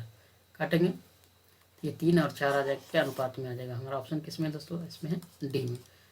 अगला देखते हैं इतना का वर्गमूल कितना होगा दोस्तों। इतना का वर्गमूल निकालने से या तो सीधा आप ऑप्शन से, यानी 7 7 49, 3 3 9, 9 में 81, ये तो होगा नहीं क्योंकि इसके लास्ट में एक आता है, 7 7 49, 7 7 49, तो एक सी और इसमें से हो सकता है। आप जो है अनुमान कर थोड़ा याद किए हैं तो आप लोग को कन्फर्म जो है इसमें से कुछ लग जाएगा कि ये हो सकता है, उसको गुना कर देख सकते हैं या फिर वर्गमूल निकाल लीजिए फटाक से। तो वर्गमूल कैसे निकालेंगे, इतना इतना, ठीक है। पहले इसको जोड़ा लगा देते हैं, उसके बाद फिर ऐसे इसमें कितना लगेगा, 5 25, यहाँ पर हो जाएगा 7, फिर यहाँ पर 5 जोड़ाएगा 10 हो गया, फिर यहाँ पर आएगा। अब है इसको हम लोग फिर से करेंगे कितना, 7 मरतबा 7 7 49 और ये हो गया 74, यहाँ पर 0 0 हो जाएगा। तो वर्गमूल हमारा कितना हो जाएगा 57, ऐसे निकाल सकते हैं। तो ऑप्शन हो जाएगा सी 57। दिए गए प्रश्न को ध्यानपूर्वक पढ़ें और बताएं कि इसका उत्तर देने के लिए निम्नलिखित में से कौन सा कथन पर्याप्त है। जैसे एक्स वाई और जेड की औसत दूरी क्या है, सॉरी और दूरी नहीं, मजदूरी। एक्स वाई और जेड का औसत मजदूरी क्या है, तो मजदूरी निकालना है। तो हम लोग सबसे पहला कथन में देख लेते, कह रहा है वाई का वेतन जो है एक्स प्लस वाई का आधा है, यानी वाई का वेतन यहाँ पर बता रहा है कि एक्स प्लस वाई का आधा है। तो हम लोग पहला के अनुसार क्या है, पहला कथन के अनुसार है कि वाई का मान क्या है, एक्स प्लस वाई बटा 2 है।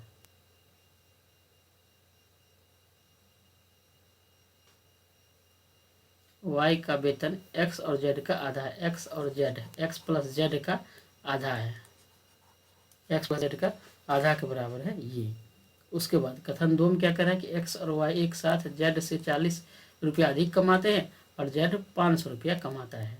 जेड क्या करता है, सबसे पहले कि जेड कमाता है 500 और एक्स प्लस वाई जो है जेड और प्लस 40 कमाता है, यानी कि हो जाएगा इसका 500 और 40 कितना हो जाएगा, 540 हो जाएगा। पर औसत मजदूरी यानी एवरेज जो होगा मजदूरी मजदूरी, औरत मजदूरी क्या हो जाएगा, ये हो जाएगा दोस्तों x plus Y plus Z बटा 3 हो जाएगा। यहाँ पर हो जाएगा 540 और प्लस 500 बट्टा में कितना 3 हो जाएगा, यानी कि 1040 और बटा 3 से इसको भाग दे देंगे। तो क्या है हमारा, तो दूसरा से निकल रहा है ऑप्शन, हमारा यही कह रहा है कि मजदूरी क्या होगा, किससे होगा, आंसर निकल जाएगा। तो हमारा दूसरा से निकल जाएगा, एक से नहीं निकलेगा। ठीक है, तो दूसरा हो जाएगा, यानी केवल कथन ये 2 पर्याप्त है, जबकि एक अपर्याप्त है। तो हमारा दोस्तों ऑप्शन हो जाएगा डी, केवल 2 से हमारा आंसर निकल जाएगा। 50 नंबर क्वेश्चन कह रहा है कि एक प्रतिरोध में से विद्युत धारा I प्रवाहित होती है, एक स्रोत प्रतिरोधक में भी का विभवांतर बनाए रखता है। तो कह रहा है समय t में स्रोत द्वारा आपूर्ति की गई ऊर्जा की मात्रा कितनी हो जाएगी।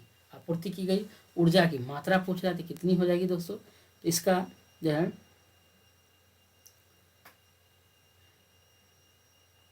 इसका सीधा हो जाता है दोस्तों, आपूर्ति की मात्रा अगर निकालना होता है तो क्यू वी होता है, क्यू वी बराबर क्या होता है, वी आई टी होता है। ठीक है, वी हो गया विभवांतर धारा और बटा समय हो गया टी।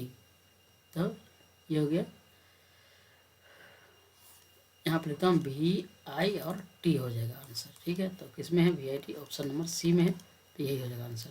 क्या नंबर क्वेश्चन कर गई, युक्ति पर विचार करें और तय करें कि दी हुई पूर्वधारणाओं में कौन सी निहित है। कह रहा पहला, सभी लड़कियों का उपन्यास पढ़ना पसंद है, सभी लड़कियों को उपन्यास पढ़ना पसंद है। ठीक है, पूर्वधारणा कह रहा है हमारा, पूर्वधारणा कह रहा है कि ये केवल उपन्यास ही पठनीय होता है। यदि लड़की को सब उपन्यास पढ़ना पसंद है तो प्रधान करा कि केवल उपन्यास ही पठनीय होता है, बाद बाकी पठनीय नहीं होता है कुछ भी। क्या ऐसा है, तो नहीं, उपन्यास के अलावा कई भी चीज़ अच्छी चीज़ पठनीय है। दूसरा कह रहे हैं किसी भी लड़की को कुछ और पढ़ना पसंद नहीं है, ऐसा नहीं है, कुछ और पढ़ना पसंद जरूर होगा, ऐसा कहीं डिमेंशन नहीं किया गया है कुछ और पढ़ना पसंद नहीं है, लेकिन उपन्यास पसंद है। ठीक है, तो ये भी हमारा गलत है, ऑप्शन हो जाएगा सी, यानी कि ना तो एक और ना ही 2 निहित है। ऑप्शन कौन है, सी हो जाएगा। अलग से 52 क्वेश्चन कह रहा है कि दी गई समझौरी आधार पर अनुपस्थित शब्द का चयन करें। जैसे खरीदना खरीद लिया होता है, उसी तरह दोस्तों क्या होता है, बंद या बंद करना होता है। ठीक है, सेम मीनिंग में। तो ऑप्शन हो जाएगा कौन सा, डी हो जाएगा। अलग 53 नंबर देख लेते, कह रहा है ये आकृति दिया हुआ है, दी गई जल में बनाने वाली प्रतिबिंब कैसा होगा। जल में जानते हैं आप लोग प्रतिबिंब सीधा उलट जाता है, तो इसको ठीक ऐसे होगा, यानी कि ये उल्टेगा, तो ये दोस्तों ऐसे होके ऐसे हो जाएगा। ठीक है, और नीचे ऐसे ऐसे हो जाएगा। तो ऐसा ऑप्शन देखते हैं कौन सा है, ऐसा ऑप्शन कौन सा है, तो ये ऐसा जैसे ये वाला है, ऑप्शन नंबर नहीं, ये 2 नंबर। ठीक है, 2 नंबर है, और 2 नंबर जैसे किसमें है, ए में है, हमारा ऑप्शन ए सही होगा। अगला देखते हैं 54 नंबर कह रहा है कि नीचे दिए समीकरण का सही एक ही तरफ किन 2 अंकों को स्थापित कर दिया जाए ताकि समीकरण बाम हस्त और दाएं हस्त दोनों तरफ बराबर हो। यानी एक समीकरण दिया हुआ है, यहाँ पे क्या दिया हुआ है दोस्तों, देख लेते हैं हम लोग। 5 + 3 × 6 + 4 भागा 2 इज इक्वल टू दिया हुआ है 4 × 3 -10 भागा 2 और +7 दिया हुआ है। एक तरफ कोई भी बदलना, जैसे पहला में दिया है 5 2, दूसरा में दिया 3 7, तीसरा में दिया 6 4, 4 में दिया है 4 7। तो देखते हैं कहाँ बदला जा सकता है सही से। तो इसको हम लोग सब क्या करते हैं, पहले 6 और 4 को बदल देते हैं। ठीक है, यहाँ ऑप्शन नंबर सी में देखते हैं 6 और 4 इसको बदलते हैं, तो ये हो जाएगा 5 + 3 और गुना, यहाँ पर 6 आएगा, यहाँ पर 6 और यहाँ पर 4 आएगा, इसको भाग देंगे 3 होगा, तो 4 3 क्या हो जाएगा दोस्तों, 7 हो जाएगा। 4 3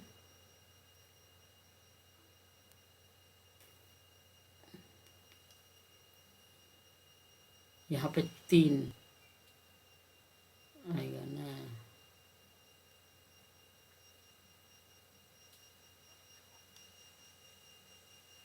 तो यहाँ करते हैं, यहाँ पर 3, अच्छा सॉरी, यहाँ पे क्या गुना में है क्या,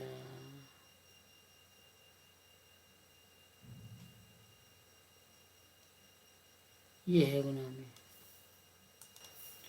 यहाँ पर 5 हो जाएगा, यहाँ प्लस है, प्लस में क्या है दोस्तों, तो 3 और गुना यहाँ पे क्या हो जाएगा 4, यहाँ पर हो जाएगा +3, यहाँ पर 3 6 बदला, 2 से भाग दिया 6 में 3 हो गया।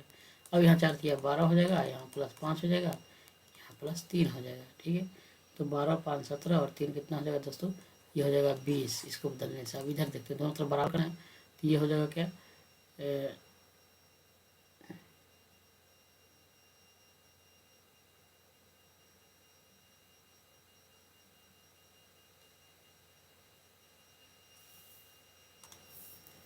तो यहाँ पर जगह 4 है, तो 4 की जगह क्या हो जाएगा दोस्तों, 4 की जगह 6 हो जाएगा। 6 गुना यहाँ पर है 3 -10 भागा 2 +7, या 2 से इसमें भाग देंगे तो 5 हो जाएगा, यानी 6 सीधा लिखते हैं 18, 6 गुना 3 18 माइनस यहाँ पर हो जाएगा क्या 5 और +7, इसको इसमें जोड़ेंगे तो 25 हो जाएगा, 25 में 5 गया 20, यानी इधर भी 20 इधर भी 20, दोनों क्या है बराबर है, तो हमारा ऑप्शन को रहेगा सी हो जाएगा। 55 नंबर क्वेश्चन क्या है कि फरवरी 2018 से तेलंगाना के मुख्यमंत्री कौन है, जो तेलंगाना के पहले मुख्यमंत्री भी है, कौन है दोस्तों, ये हो जाएगा ऑप्शन नंबर ए, यानी कि के चंद्रशेखर राव। 2 जून 2014, ठीक है, 2 जून 2014 को आंध्र प्रदेश के उत्तर पश्चिम भाग को अलग कर तेलंगाना 29वां राज्य बनाया गया। राज्य पुनर्गठन अधिनियम 2014 ने आंध्र प्रदेश को 2 अलग राज्य में विभाजित किया, आंध्र प्रदेश और तेलंगाना। वर्तमान में तेलंगाना के मुख्यमंत्री कौन है, के चंद्रशेखर राव है, और राज्यपाल तमिलिसाई सौंदरराजन है। ठीक है, ये हो गया। अब हम लोग देखते हैं 56 नंबर क्वेश्चन क्या रहा है कि प्रारंभिक भारतीय दार्शनिक के अनुसार प्रत्येक वस्तु डैश मूल तत्व से बनी है। तो प्रारंभिक जो भारतीय दार्शनिक है उसके अनुसार दोस्तों प्रत्येक वस्तु जो है 5 मूल तत्व से बनी हुई होती है। ठीक है, प्राचीन दर्शन के अनुसार आग, जल, वायु, क्षितिज और गगन से बना, ये 5 चीज है, आग, जल, वायु, क्षितिज और गगन, इससे बना हुआ है। उसके बाद भारतीय साहित्य में इन तत्वों को पंच तत्व कहा गया है। दोस्तों भारतीय साहित्य में क्या कहा गया, इन तत्व को पंच तत्व कहते हैं। जैन धर्म के अनुसार सृष्टि का सृजन 6 तत्व से हुआ है। जैन धर्म के अनुसार सृष्टि का सृजन कितने तत्व से हुआ है, तो जैन के अनुसार दोस्तों 6 तत्व से हुआ, ये जैन के अनुसार है। ठीक है, जो कौन कौन है, तो ये है जीव, अजीव, पहला है जीव, उसके बाद है अजीव, जीव, अजीव, उसके बाद धर्म, अधर्म, काल और आकाश, 3 6 से बना हुआ है। उसके बाद देख लेते हैं 57वां क्वेश्चन कर रहा है कि जब वस्तु P और EF के बीच रखा जाता है तब एक अवतल दर्पण बनाई गई छवि की स्थिति का पता लगाइए। तो कह रहा है कि छवि क्या होगा दोस्तों, छवि जो है ये होगा दर्पण के पीछे बनेगा चित्र। जब वस्तु जो है P और F के बीच में रखा जाता है तब अवतल दर्पण द्वारा बनाई गई छवि कहाँ होगा, दर्पण के पीछे बनने लगेगा प्रतिबिंब। ठीक है, अवतल दर्पण द्वारा बना प्रतिबिंब वास्तविक, आभासी होता है, वास्तविक या आभासी होता है, या उल्टा या सीधा, छोटा, बड़ा या आकार में समान हो सकता है। ठीक है, अगला देख लेते हैं हम लोग 58 नंबर कह रहा है कि दी गई प्रत्येक का केवल एक बार प्रयोग करके 3 समूह बन सकते हैं। तो समूह बनाइए, देख लेते हैं। सबसे पहले समूह में हम लोग देखते हैं पहला, सबसे पहले देखिए 2 है लकीर वाला, तो ये है 2 सेम, ये 1 5 और 1 7, 1 5 7, तो ये हमारा नहीं होगा, 1 5 7 तीनों में है। अगला देख लेते हैं फिगर, ऐसे खाली वाला ले लेते हैं, जैसे 3 6 नहीं, 3 6 नहीं किस में दोस्तों, 3 6 नहीं इसमें है, बाद में किसी में नहीं है, तो एक तो ये सही है, ये और ये, तो हमारा ऑप्शन हो जाएगा सीधा डी। इसी तरह से निकाल देंगे तो हमारा 58 का हो जाएगा डी। देखते हैं 59 का कह रहा है कि अल्कोहल का क्वथनांक 78 डिग्री सी से केल्विन पैमाने पर तापमान कितना होगा। जब केल्विन पैमाने पर निकालना होगा दोस्तों, इसमें क्या करेंगे 273 हम लोग क्या करेंगे ऐड कर देंगे। 273 ऐड करने के बाद जो है हमारा आंसर कौन हो जाएगा, तो हमारा आंसर हो जाएगा 351 के, यानी कि केल्विन, 351 के यानी कि केल्विन होगा। केल्विन बराबर क्या होता है 273 प्लस होता है क्या 78, ये वाला। ठीक है, डिग्री सी जोड़ेंगे केल्विन में आ जाएगा। तो सेल्सियस पैमाने में हिमांक को 0 डिग्री सी, हिमांक को 0 डिग्री सी तथा भाप बिंदु जो होता है उसको 100 डिग्री सी पर अंकित किया जाता है। केल्विन का हिमांक बिंदु 273 केल्विन होता है, केल्विन का हिमांक 273 होता है, और भाप बिंदु को 373 केल्विन अंकित किया जाता है। फ़ारेनहाइट पैमाने के सिद्धांत बिंदु कितना तो 32 डिग्री फ़ारेनहाइट और माप बिंदु 212 डिग्री फ़ारेनहाइट अंकित किया जाता है। रोमन पैमाने में हिमांक बिंदु 0 डिग्री आर तथा माप बिंदु को 80 डिग्री आर अंकित किया जाता है। इस संबंध में दोस्तों एक फार्मूला लिख लीजिए, आपको हमेशा काम देगा। अगर कहीं डिग्री से फ़ारेनहाइट में निकालना हो, फ़ारेनहाइट से रेडियन में निकालना हो, रेडियन से आप लोग को जो है केल्विन में निकालना हो, तीन चारों का आप लोग सूत्र देख लीजिए। इसका सूत्र होता है C-0/100। ठीक है, याद करने की सरलता के अनुसार बता रहा हूँ। F-32/180, इसके बाद है R-0/80 और उसके बाद है K-273 अब भट्टा में हो जाएगा 100। ठीक है, ये रहा आपका निकालने का पूरा ये फॉर्मूला रहा। ठीक है, आगे देखते हैं। परम शून्यता दोस्तों किसको कहते हैं, इसमें काफ़ी बार क्वेश्चन आता है। तो माइनस जो है 273.15 डिग्री सी को हम लोग क्या कहते हैं, परम शून्यता आप कहते हैं। अगला हम क्वेश्चन देख लेते हैं। कह रहा है कि एक रेलगाड़ी काजीपेट से प्रायः जो है प्रातः 5 बजे चलती है और दोपहर 3 बजे बेंगलोर पहुंचती है। दोपहर 3 बजे बेंगलोर पहुंचती है। मान लीजिए यहाँ पर एक गाड़ी है, यहाँ पर ठीक है, यहाँ पर काजीपेट है, इसको जाना है बेंगलुरु। ठीक है, बेंगलुरु जाना है। वो प्रातः 5 बजे निकलता है, यहाँ से निकल देता है। ये प्रातः कितना बजे, ये निकलता है 5 बजे, 5 AM में निकलता है। ठीक है,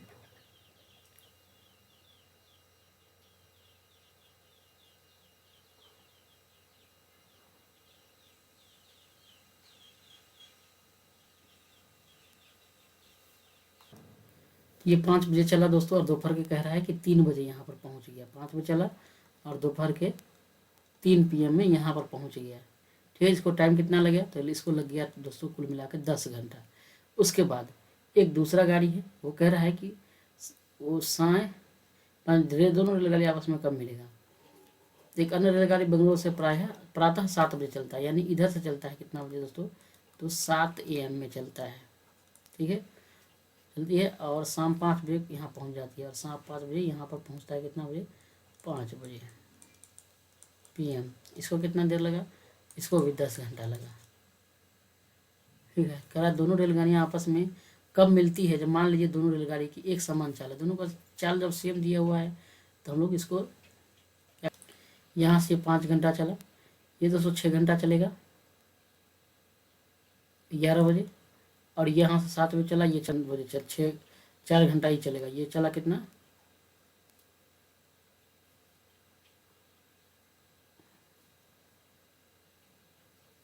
7,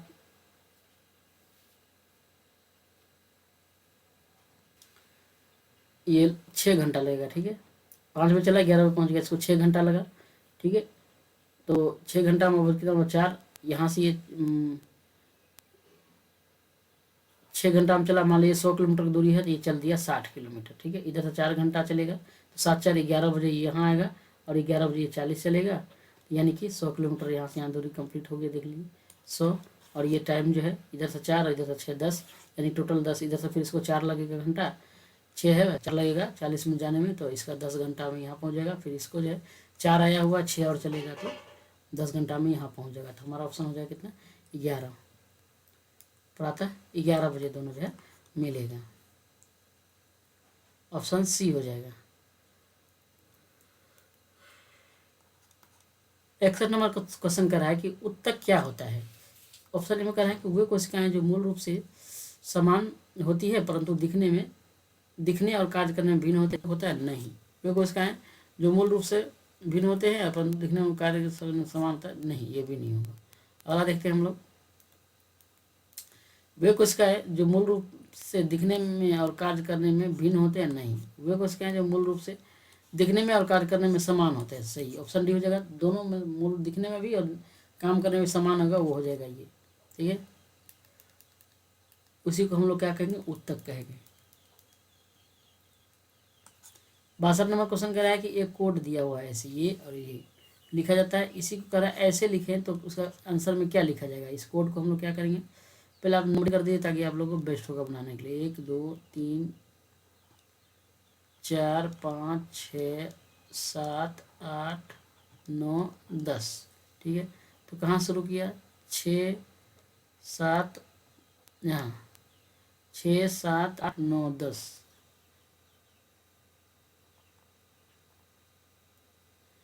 6 7 8,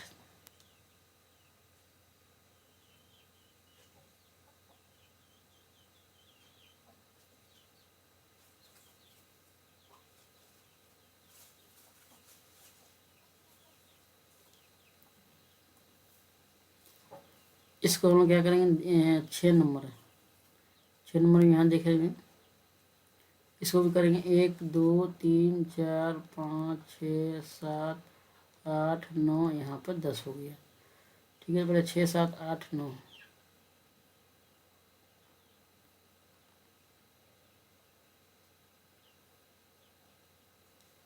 MIGNU,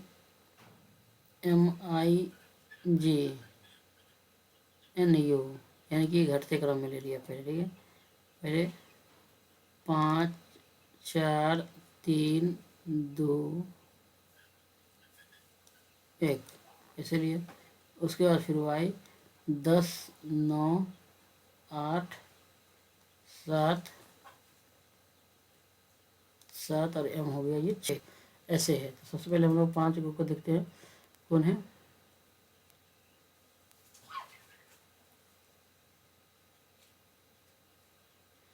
स्टार्टिंग वाला 5 है ना, तो स्टार्टिंग वाला 5 को हम लोग क्या करेंगे, बढ़ते क्रम घटते क्रम में लिख देंगे। तो LPMON LPMON LPMON यहाँ पे है।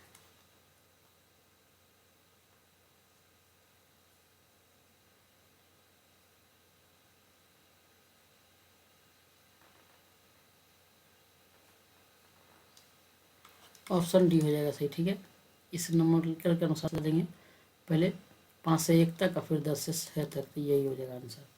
63 नंबर क्वेश्चन कह रहा है कि एक साथ कार्य करते हुए पाइप ए और बी एक के खाली टैंक को 10 घंटे में भर सकता है। उन्होंने 4 घंटे तक एक साथ काम किया और फिर बी काम बंद कर दिया तथा ए ने कार्य अंत तक जारी रखा। टैंक को भरने में 13 घंटे लग गए। ए द्वारा अकेले खाली करने में कितना समय लगेगा, कितना समय लगेगा? तो सबसे पहले देख लेते हैं, ए और यहाँ लिखते हैं ए और बी का 1 घंटे में 1 घंटे का कार्य लिखते हैं। 1 घंटे का कार्य कितना है दोस्तों? तो 1/10 भाग है, 1/10 भाग है। अब कह रहा है कि 4 घंटे तक एक साथ काम किए, यानी 4 घंटा में किसी का श्रम नहीं हुआ। 4 घंटा यह है, उन्होंने 4 घंटे तक एक साथ में काम किया, तो 4 घंटा में किया गया कार्य क्या होगा? ये हो जाएगा 4/10 भाग, चूंकि बचा हुआ काम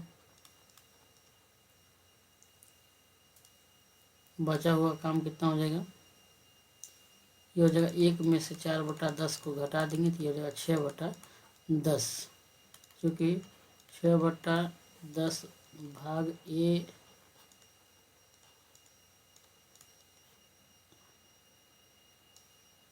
इतना भाग, और ए अकेला 9 घंटा में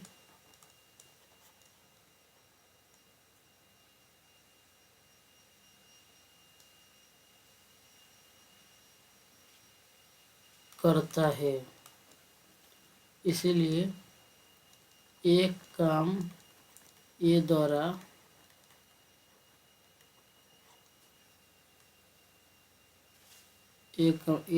अकेला करने में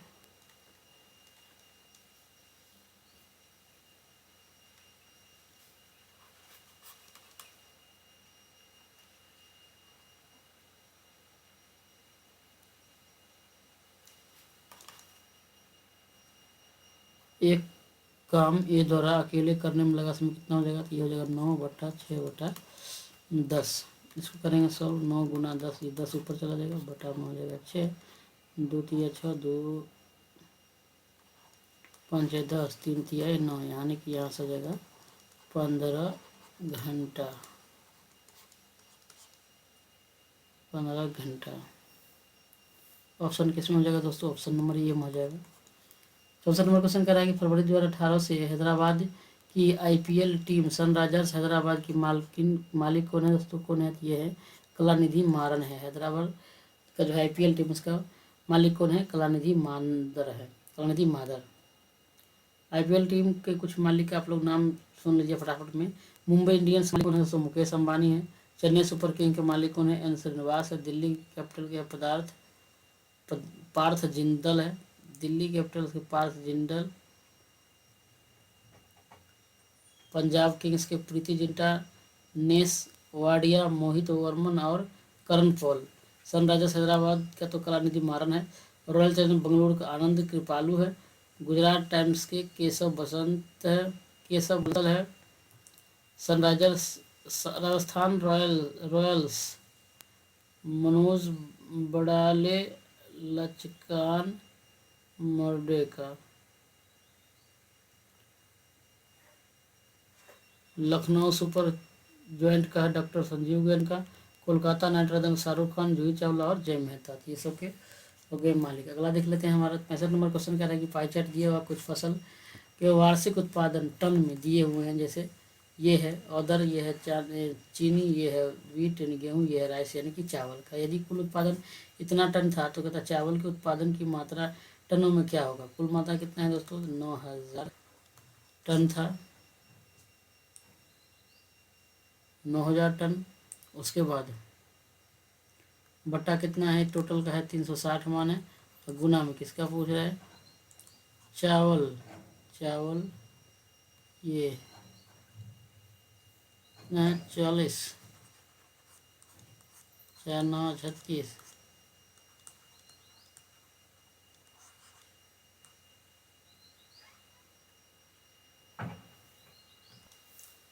तो इसका उत्पादन कितना होगा चावल का दोस्तों? 1000 टन हो जाएगा।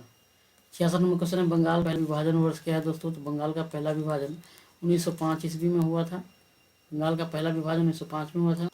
अगर डेट की बात करें दोस्तों तो ये हुआ था 19 जुलाई को। ठीक है, 19 जुलाई 1905 ईस्वी को जो है बंगाल को विभाजन कर दिया गया। बंगाल विभाजन राष्ट्रवाद को कमजोर करने और फूट डालो शासन करो की नीति पर आधारित था। सांप्रदायिकता के आधार पर बंगाल का विभाजन किया गया था। सरकारी रिपोर्ट में विकास कार्यों में गति प्रदान करने के लिए बंगाल के विभाजन को अनिवार्य बताया गया था। 12 दिसंबर 1911 ईस्वी में बंगाल से बिहार को अलग करने की घोषणा की प्रक्रिया की। 12 दिसंबर 1911 को। अगला है 67 नंबर है कि एक प्रकार के अलैंगिक प्रजनन को पहचाने जिसमें जड़, तने और पत्तियों जैसे पौधे के कुछ हिस्से के माध्यम से प्रजनन शामिल है। हिस्से के माध्यम से ये शामिल है। ये कौन हो जाएगा? ये हो जाएगा ऑप्शन नंबर बी हो जाएगा, कायिक प्रजनन, ऑप्शन बी। अगला देखते हैं 68 नंबर क्वेश्चन कह रहे हैं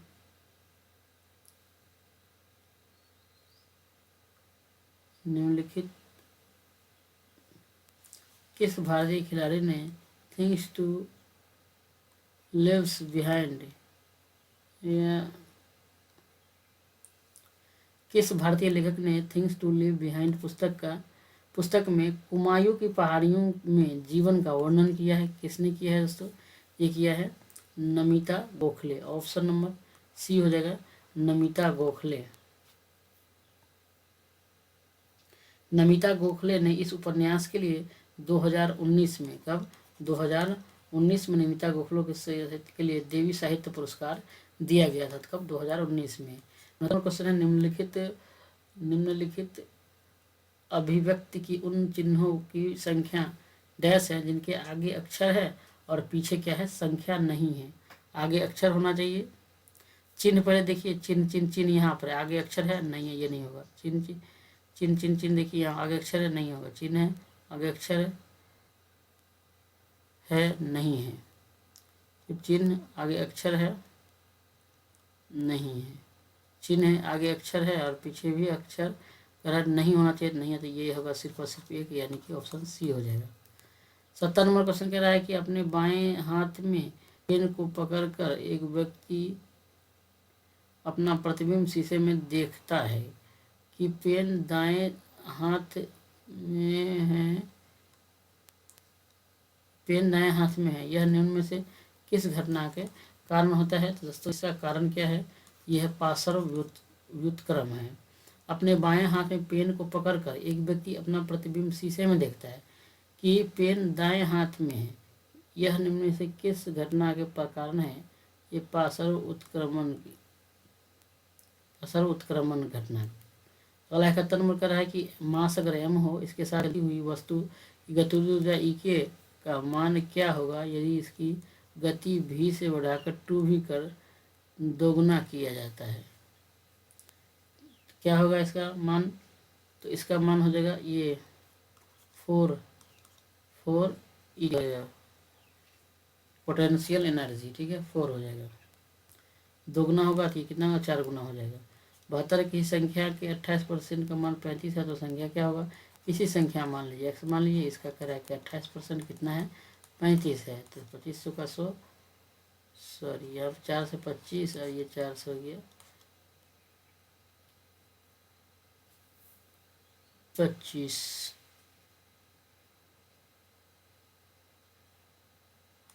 x का 28% कितना है? 35 है, ठीक है, अपना 35 है, तो कह रहा है यहाँ पे 4 से 7, 4 से 25, यहाँ से 7 25 35, यहाँ से x मान हो जाएगा 25 5 125, ये हो जाएगा 125 का है ऑप्शन नंबर डी में। 73 नंबर क्वेश्चन क्या है कि यदि कंडक्टर का प्रतिरोध दोगुना हो जाता है तो विद्युत धारा आधी हो जाती है, यह किस कारण से होता है दोस्तों? तो इसका महत्वपूर्ण कारण है कि I बराबर होता है V/R। वोल्टेज को जितना है ये R से भाग देने पर क्या होगा? कम जाता है, इसी वजह से जो है क्या होता है? विद्युत धारा आधी हो जाती है। अगला 74 नंबर का है कि भारत के किस उत्तर पूर्वी राज्य ने 2022 में 39वें राष्ट्रीय खेल की मेजबानी की जिम्मेदारी ली है? किस उत्तर पूर्वी राज्य में दोस्तों? तो ये कहाँ हुआ है? मेघालय में हुआ है। ऑप्शन नंबर ए होगा, मेघालय में जो है 2022 में राष्ट्रीय खेल की मेजबानी की जिम्मेदारी लिया था। अगला 75 नंबर क्वेश्चन है कि ईसाई धर्म में सबसे प्रसिद्ध चर्चों में से एक सेंट पीटर्स बेसिलिका किस शहर में स्थित है? सेंट पीटर्स बेसिलिका कह रहा है चर्चों में से एक है दोस्तों, ये कहाँ है? ये मैड्रिड है, मैड्रिड स्पेन में स्थित है। ईसाई धर्म से प्रचित चर्चों में एक सेंट पीटर्स बेसिलिका मैड्रिड शहर में स्थित है। ईसा मसीह का जन्म कहाँ हुआ दोस्तों? तो ये हुआ था बैथलेहम में। स्पेन की राजधानी कहाँ है दोस्तों? तो मैड्रिड है, ठीक है। ये कुछ महत्वपूर्ण पॉइंट के साथ ये दोस्तों आज के लिए इतना ही। हमारा ये जो है तीसरा सेट समाप्त हुआ दोस्तों। आप लोग को कैसा लगा आप लोग हमें कमेंट करके ज़रूर बताइएगा। आप लोग से दोस्तों रिक्वेस्ट है प्लीज़ आप लोगों ने जैसे पहला दूसरा वीडियो को सपोर्ट किया है इस तरह आप लोग जो वीडियो को सपोर्ट करिए, लाइक करिए, ठीक है। सब्सक्राइब नहीं किया तो सब्सक्राइब कर अपने अपने दोस्तों में एक बार सभी लोग को शेयर कर दिए, क्योंकि आप लोग जितना हमें मोटिवेट करिएगा मैं आपको लिए उतना जल्दी जल्दी जो है पूरा कंप्लीट सेट कंप्लीट करा दूंगा। साथ में अगर कहिएगा तो मॉडल सेट भी जो न्यू पैटर्न के अनुसार आप मॉडल सेट आएगा उसको भी करवा दूंगा। तो आप लोग जो है ज़रूर जुड़े रहिएगा। PDF का टेलीग्राम चैनल ज़रूर ज्वाइन कर लीजिएगा। बस इतना ही, धन्यवाद, जय हिंद।